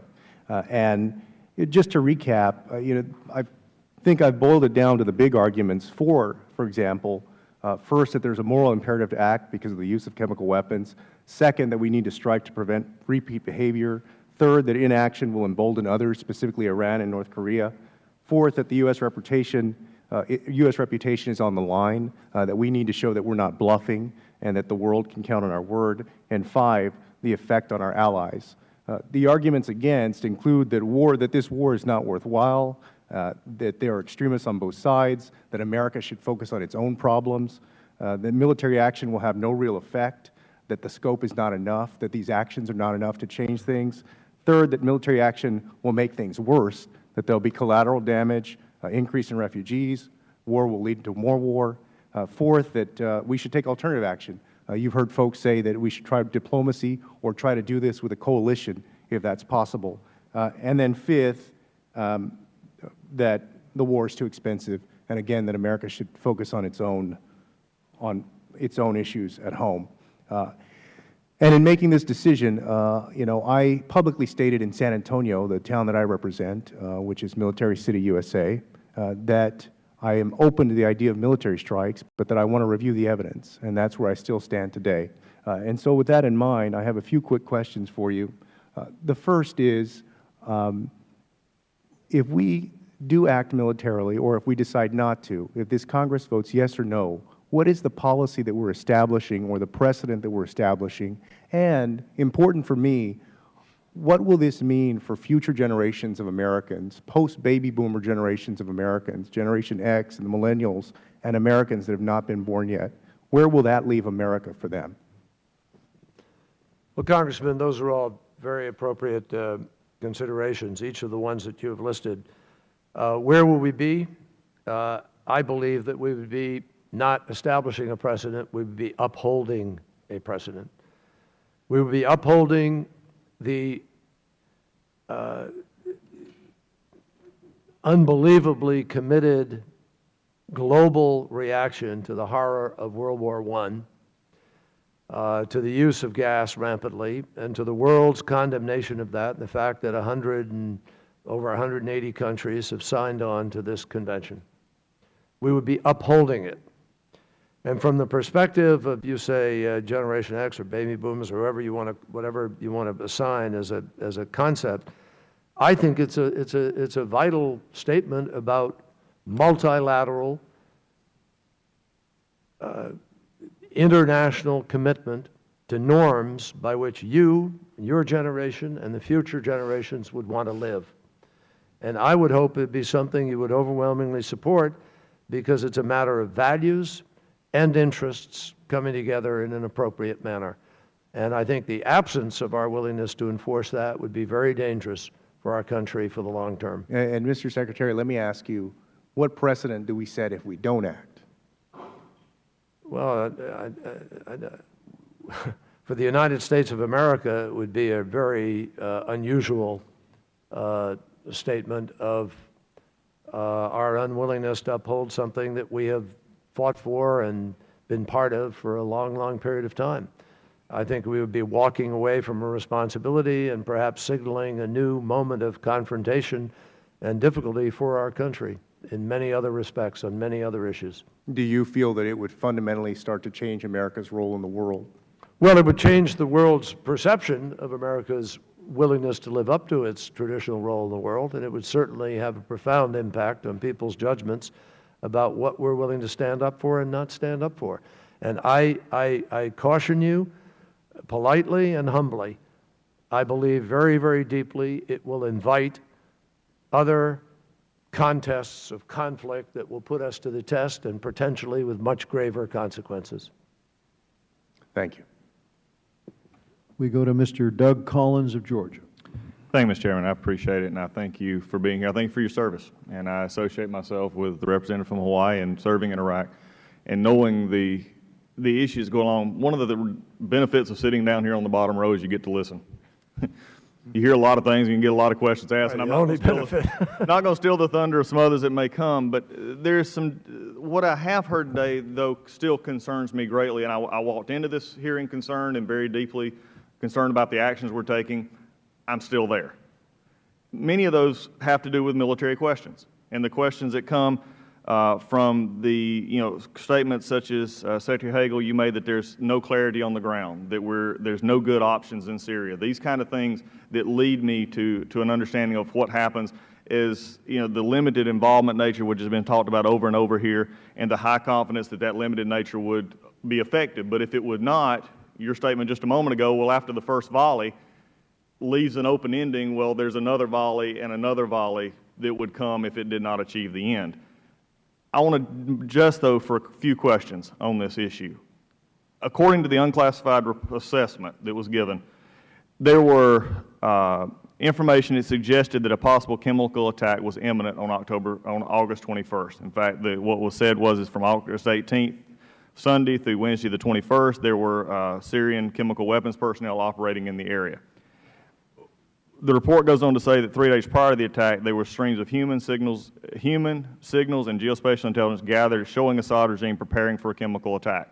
With over 48 hours notice and the recent history of chemical weapons being used in Syria, did the U.S. military not take action or quickly enough to convene the United States UN Security Council?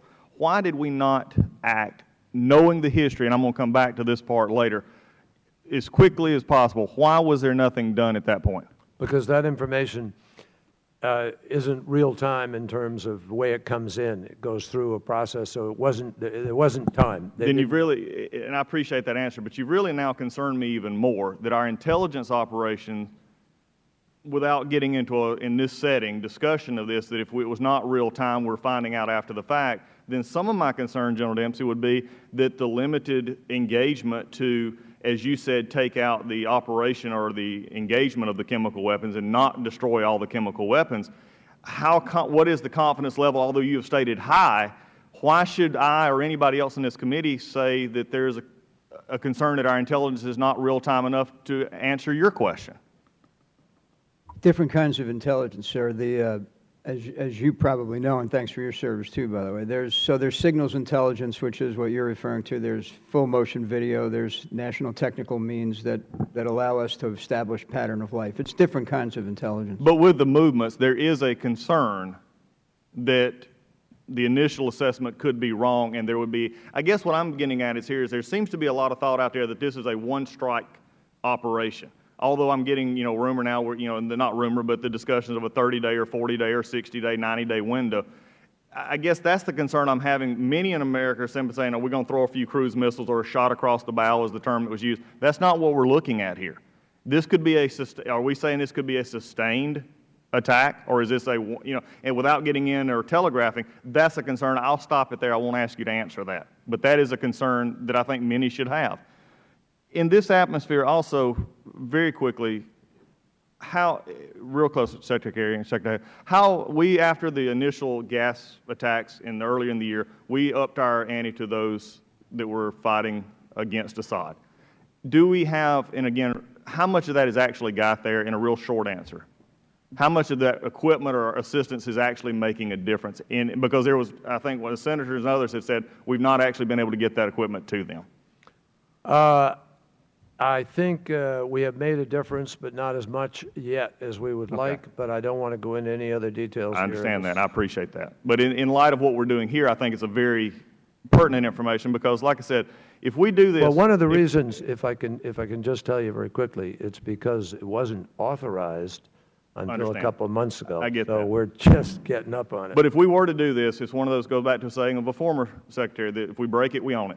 And this is a concern here. Also, I want to go back to something here that you said earlier. We didn't break it. I understand. But if we shoot missiles in there, we're involving ourselves in degrading stock. One quick question, and I want to give you a chance to walk back something. And it disturbed me when you said it. And I think it was a misspec, so I'm going to give you a chance. Basically, you said at this point in time, the reason we're acting now is the level of death or the level of carnage had risen to a level in which you felt like you needed to act. In my mind, what you just said a few minutes or a little while ago was that we had to have a lot of bodies to make a compelling case and that one didn't matter. And I don't believe that's what you meant. No, so I'm going to give you a chance to walk that statement back, because if we're truly doing this because of death, then one would matter, and we've been doing this for several months. I appreciate it, Congressman. I don't want to leave any misinterpretation with respect to that. In the first instances, we had a lot of difficulty getting a lockdown on the level of intelligence that made everybody comfortable, and partly because it was a smaller event. You didn't have the kind of evidence. There wasn't the kind of immediacy, social media, other things that we have here, signatures, SIGINT, and so forth. We just didn't have it. In this instance, we do, and it happens also to be an even more egregious event. But that's not, the body numbers aren't the distinction. It's the level of the evidence, the quality, and the comfort level. And at that point in time, the President, didn't want to rush into something. Well, I think these are the very things that cause my concern. We go now to Mark Meadows of North Carolina.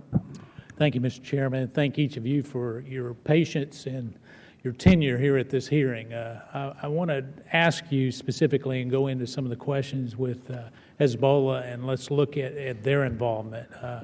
If there was an attempt on their part to gain access or the intelligence to chemical weapons, under the authorization that the President seeks, would you see them as an acceptable target for having the ability to acquire that or the attempt to acquire that?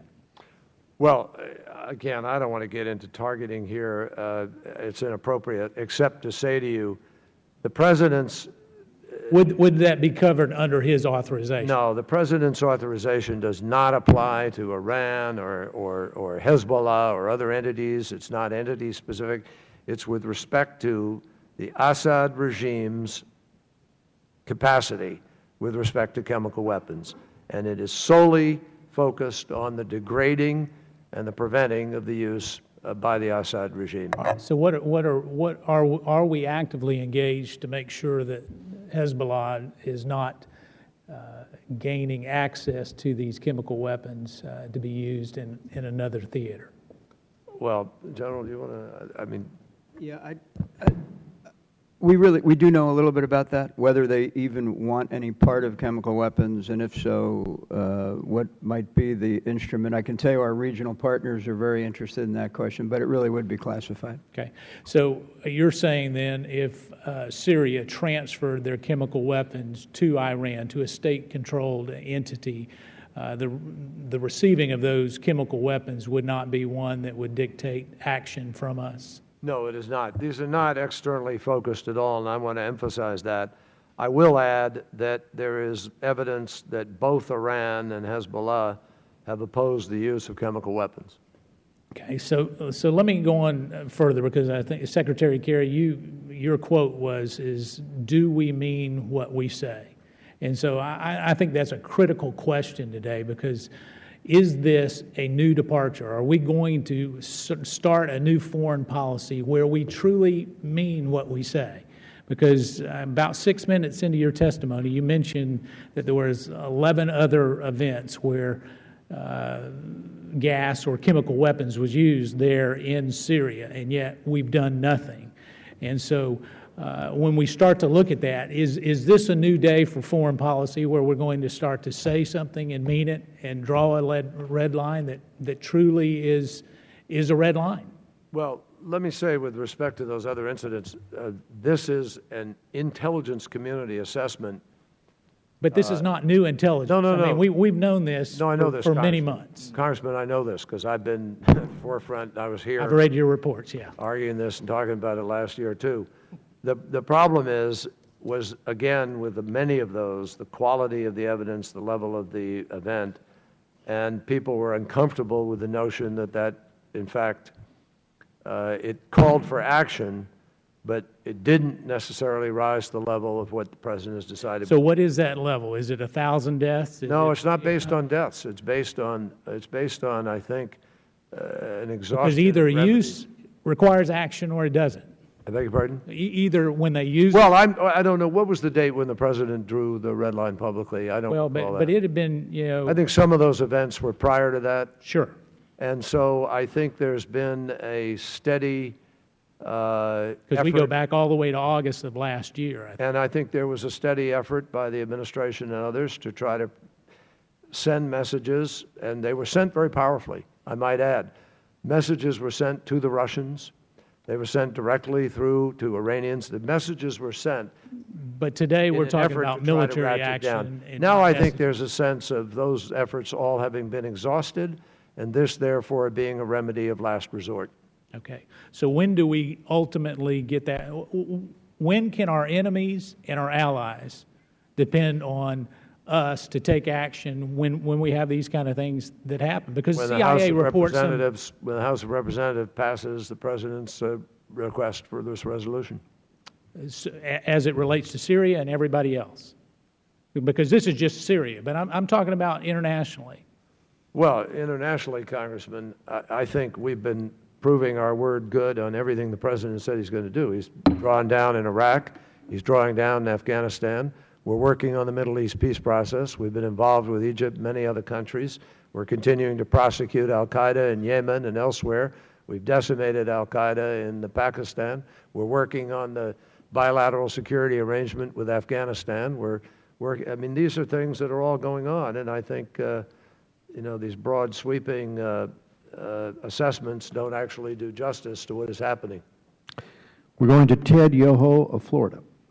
Thank you, Mr. Chairman. Thank you, gentlemen, for enduring the length of time here, and I hope you men are men of prayer and that we seek guidance and wisdom as we work through this. And I agree with many of my colleagues that our foreign policy is confusing to the world, our allies, and to the American people, and that is why I think we're sitting here today.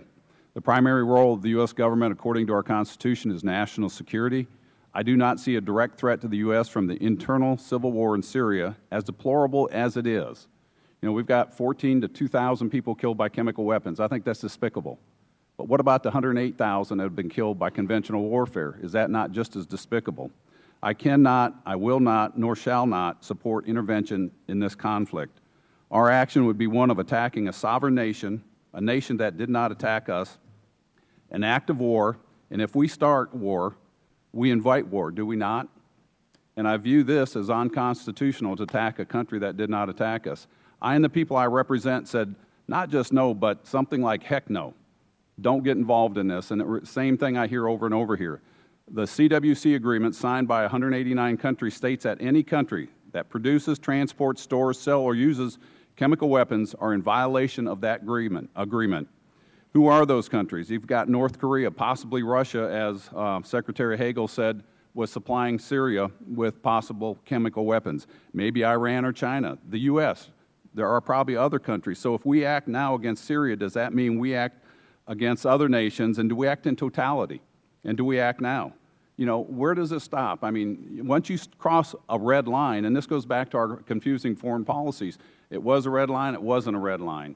I just think we need clarity in this.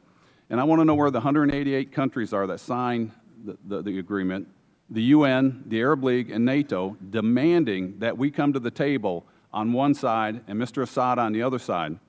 I implore you guys and the administration to find a diplomatic solution, because all I've heard is military intervention. And I know you guys have talked about diplomatic solutions, but the clout of the United States and that we supply the majority of the foreign aid around the world, that we need to bring people and demand people come to the table. And this is a moment in time in history where we, America, can lead a new direction, a direction where we can bring together a coalition of countries that the other 188 that signed the CWC agreement and negotiate a political and diplomatic solution.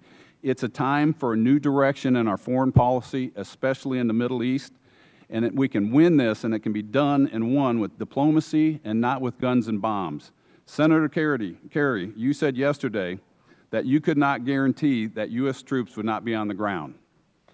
No, I did guarantee that they wouldn't be, and I guaranteed it again today. I've got the transcripts right here. I think if you read the whole transcript, I said clearly there will be no troops on the ground. All right, even if the weapons fell into the hands of the bad people.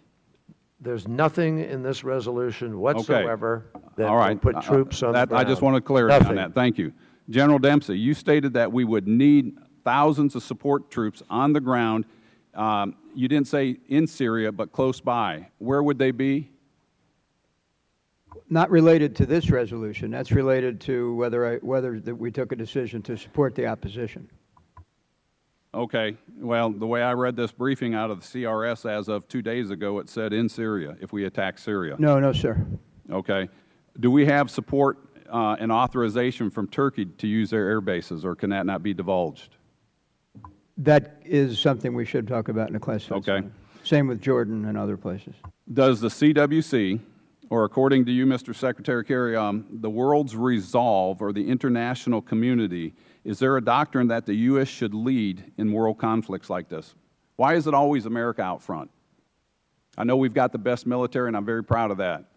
But why are we out leading this again?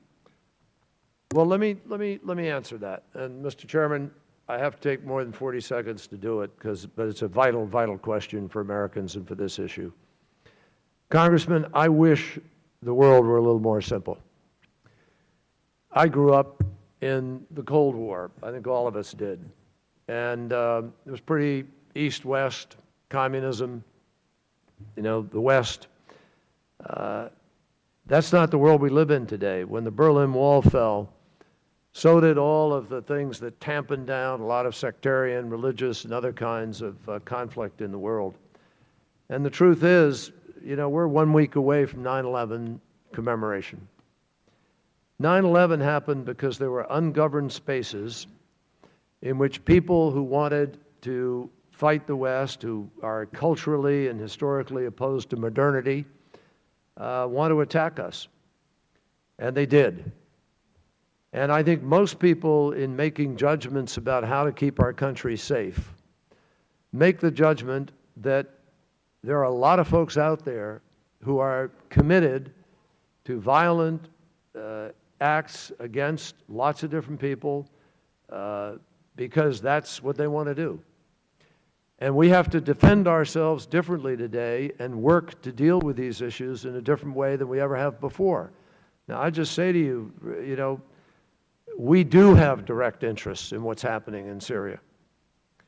There is a direct interest in our credibility with respect to this issue. And you ask the question, why does the United States have to be out there? Well, because what our forebears and, what those you ever been to the cemetery in France, above those beaches? Why'd those guys have to go do that? Because we were standing up with people for a set of values and fighting for freedom, and no country has liberated as much land or fought as many battles as the United States of America and turned around and given it back to the people who live there and who can own it and run it. We are the indispensable nation. This is because of who we are and what we've achieved, and we should be proud of it. And we have a great tradition to try to live up to in terms of trying to help people to see a peaceful road, not a road of jihadism. A lot of people out in the Middle East count on us, moderate Arab world, not religious extremists. They count on us to help them be able to transition. That's part of what the Arab Spring is about, and it's not going to end quickly. It's not going to be over just like that. Our own struggle for freedom took a long time. So I think we have to have a longer view here. Now, I think we have to think about the ways in which we can protect ourselves, and I guarantee you, if we don't stand up against chemical weapons in this instance, we are not serving our national security interests. I implore we go now to Mr. Luke Messer of Indiana. Thank you, Mr. Chairman. I think someone has to go last today. That is me. I certainly thank my colleagues for sitting here on the front row with me. Thank the chairman for calling us all back to what I think is very important work. Thank you for your service and your stamina today as well. We're entering almost the 4th hour of this hearing. I appreciate and respect the President's decision to bring this matter of authorization before Congress. I was one of a broad group of 150 folks that signed on to a letter that requested that. I appreciate the President heeding that request. I understand the legal arguments about whether or not it was necessary for him to do that. I would associate myself with Congressman Perry's comments that that decision has now been made, and the President has brought this before Congress, and I believe it is very important that the President abide by that vote. I won't revisit all the other questions that others have asked today. I will tell you that I make that comment as someone who, if I had to vote today on whether or not to authorize force against Syria under the circumstances presented before me, I would vote yes. I certainly believe it's a vote of conscience. I recognize that people of good conscience can come to different conclusions based on the facts. And there is no more somber responsibility for a member of Congress than the decision about whether or not to send men and women into combat, because we all know what the inevitable result of that can be. The facts as I see them are that chemical weapons were used, innocent children were gassed. Clearly, our allies like Israel in the region believe action is needed. Clearly, evil dictators in Iran, North Korea, and elsewhere are watching. And undoubtedly, inaction will embolden them. I'm no fan of this President's foreign policy. Frankly, I believe that mismanagement in many instances over the course of the last several years have made the problems in Syria worse. But I want to make a point to all of you, and it may lead to a question, but it's just simply this, that being my belief, the President and the three of you as a team and others have a lot of work to do to explain the necessity for this action with the American people. Much of what you say, the American people understand. We're all aghast at the atrocities that occurred in Syria. America doesn't like to watch bullies stand by and do evil things to their people. But the American people inherently understand, intuitively understand, that there are high risks to action here too. And if I were to make a suggestion, I think we've got a lot of work to do to help the American people understand why the risks of action are less than the risks of inaction. And the question I would ask is this: what more can be done to further communicate with the American people? For example, will the President make a speech from the Oval Office to the American people in one of the coming evenings? I have no doubt the President will. Thank you. I have no further questions. A minute remaining. Well, Mr. Chairman, I think for all of us, we just want to thank you. We want to thank, again, the colleagues for taking the time to come back. It is serious. We're not going to disagree with you that we don't need to take advantage of these next days to communicate to our fellow Americans about why this is so critical. I would just leave you with this. You know, I think, look, General Dempsey and I could you know, he's correct when he says something technically may be an act of war, and I understand what he's saying, but I don't believe we're going to war. I just don't believe that. Going to war is mobilizing your force, asking people to join up, fighting a long campaign, committing your troops on the ground, fighting to win, and so forth. That's not what we're doing here. We're asking for permission. The President is asking for permission to take a limited military action, yes, but one that does not put Americans in the middle of the battle. No boots will be on the ground, whereby we enforce a standard of behavior that is critical to our troops, critical to our country, critical to the world, and most importantly, I mean, if you look at what the option is, if you don't want more extremism, then you should vote for this. Because to not vote for it is to guarantee a continuation of this kind of struggle that will encourage extremists. They will even encourage some friends of ours to support them in order to achieve their goal of removing Assad. And that will make that region far, far more dangerous. It will increase the humanitarian crisis. You will see more refugees, more pressure on our friends, Jordanians particularly, who are reeling under that pressure today, and more threat to Israel in the process, more threat to Lebanon in the process. So I would simply urge, do not send a message to somebody like Bashar al-Assad that he will have impunity now, because the one country that can lead this effort, that is the indispensable nation, is going to walk away from its responsibility.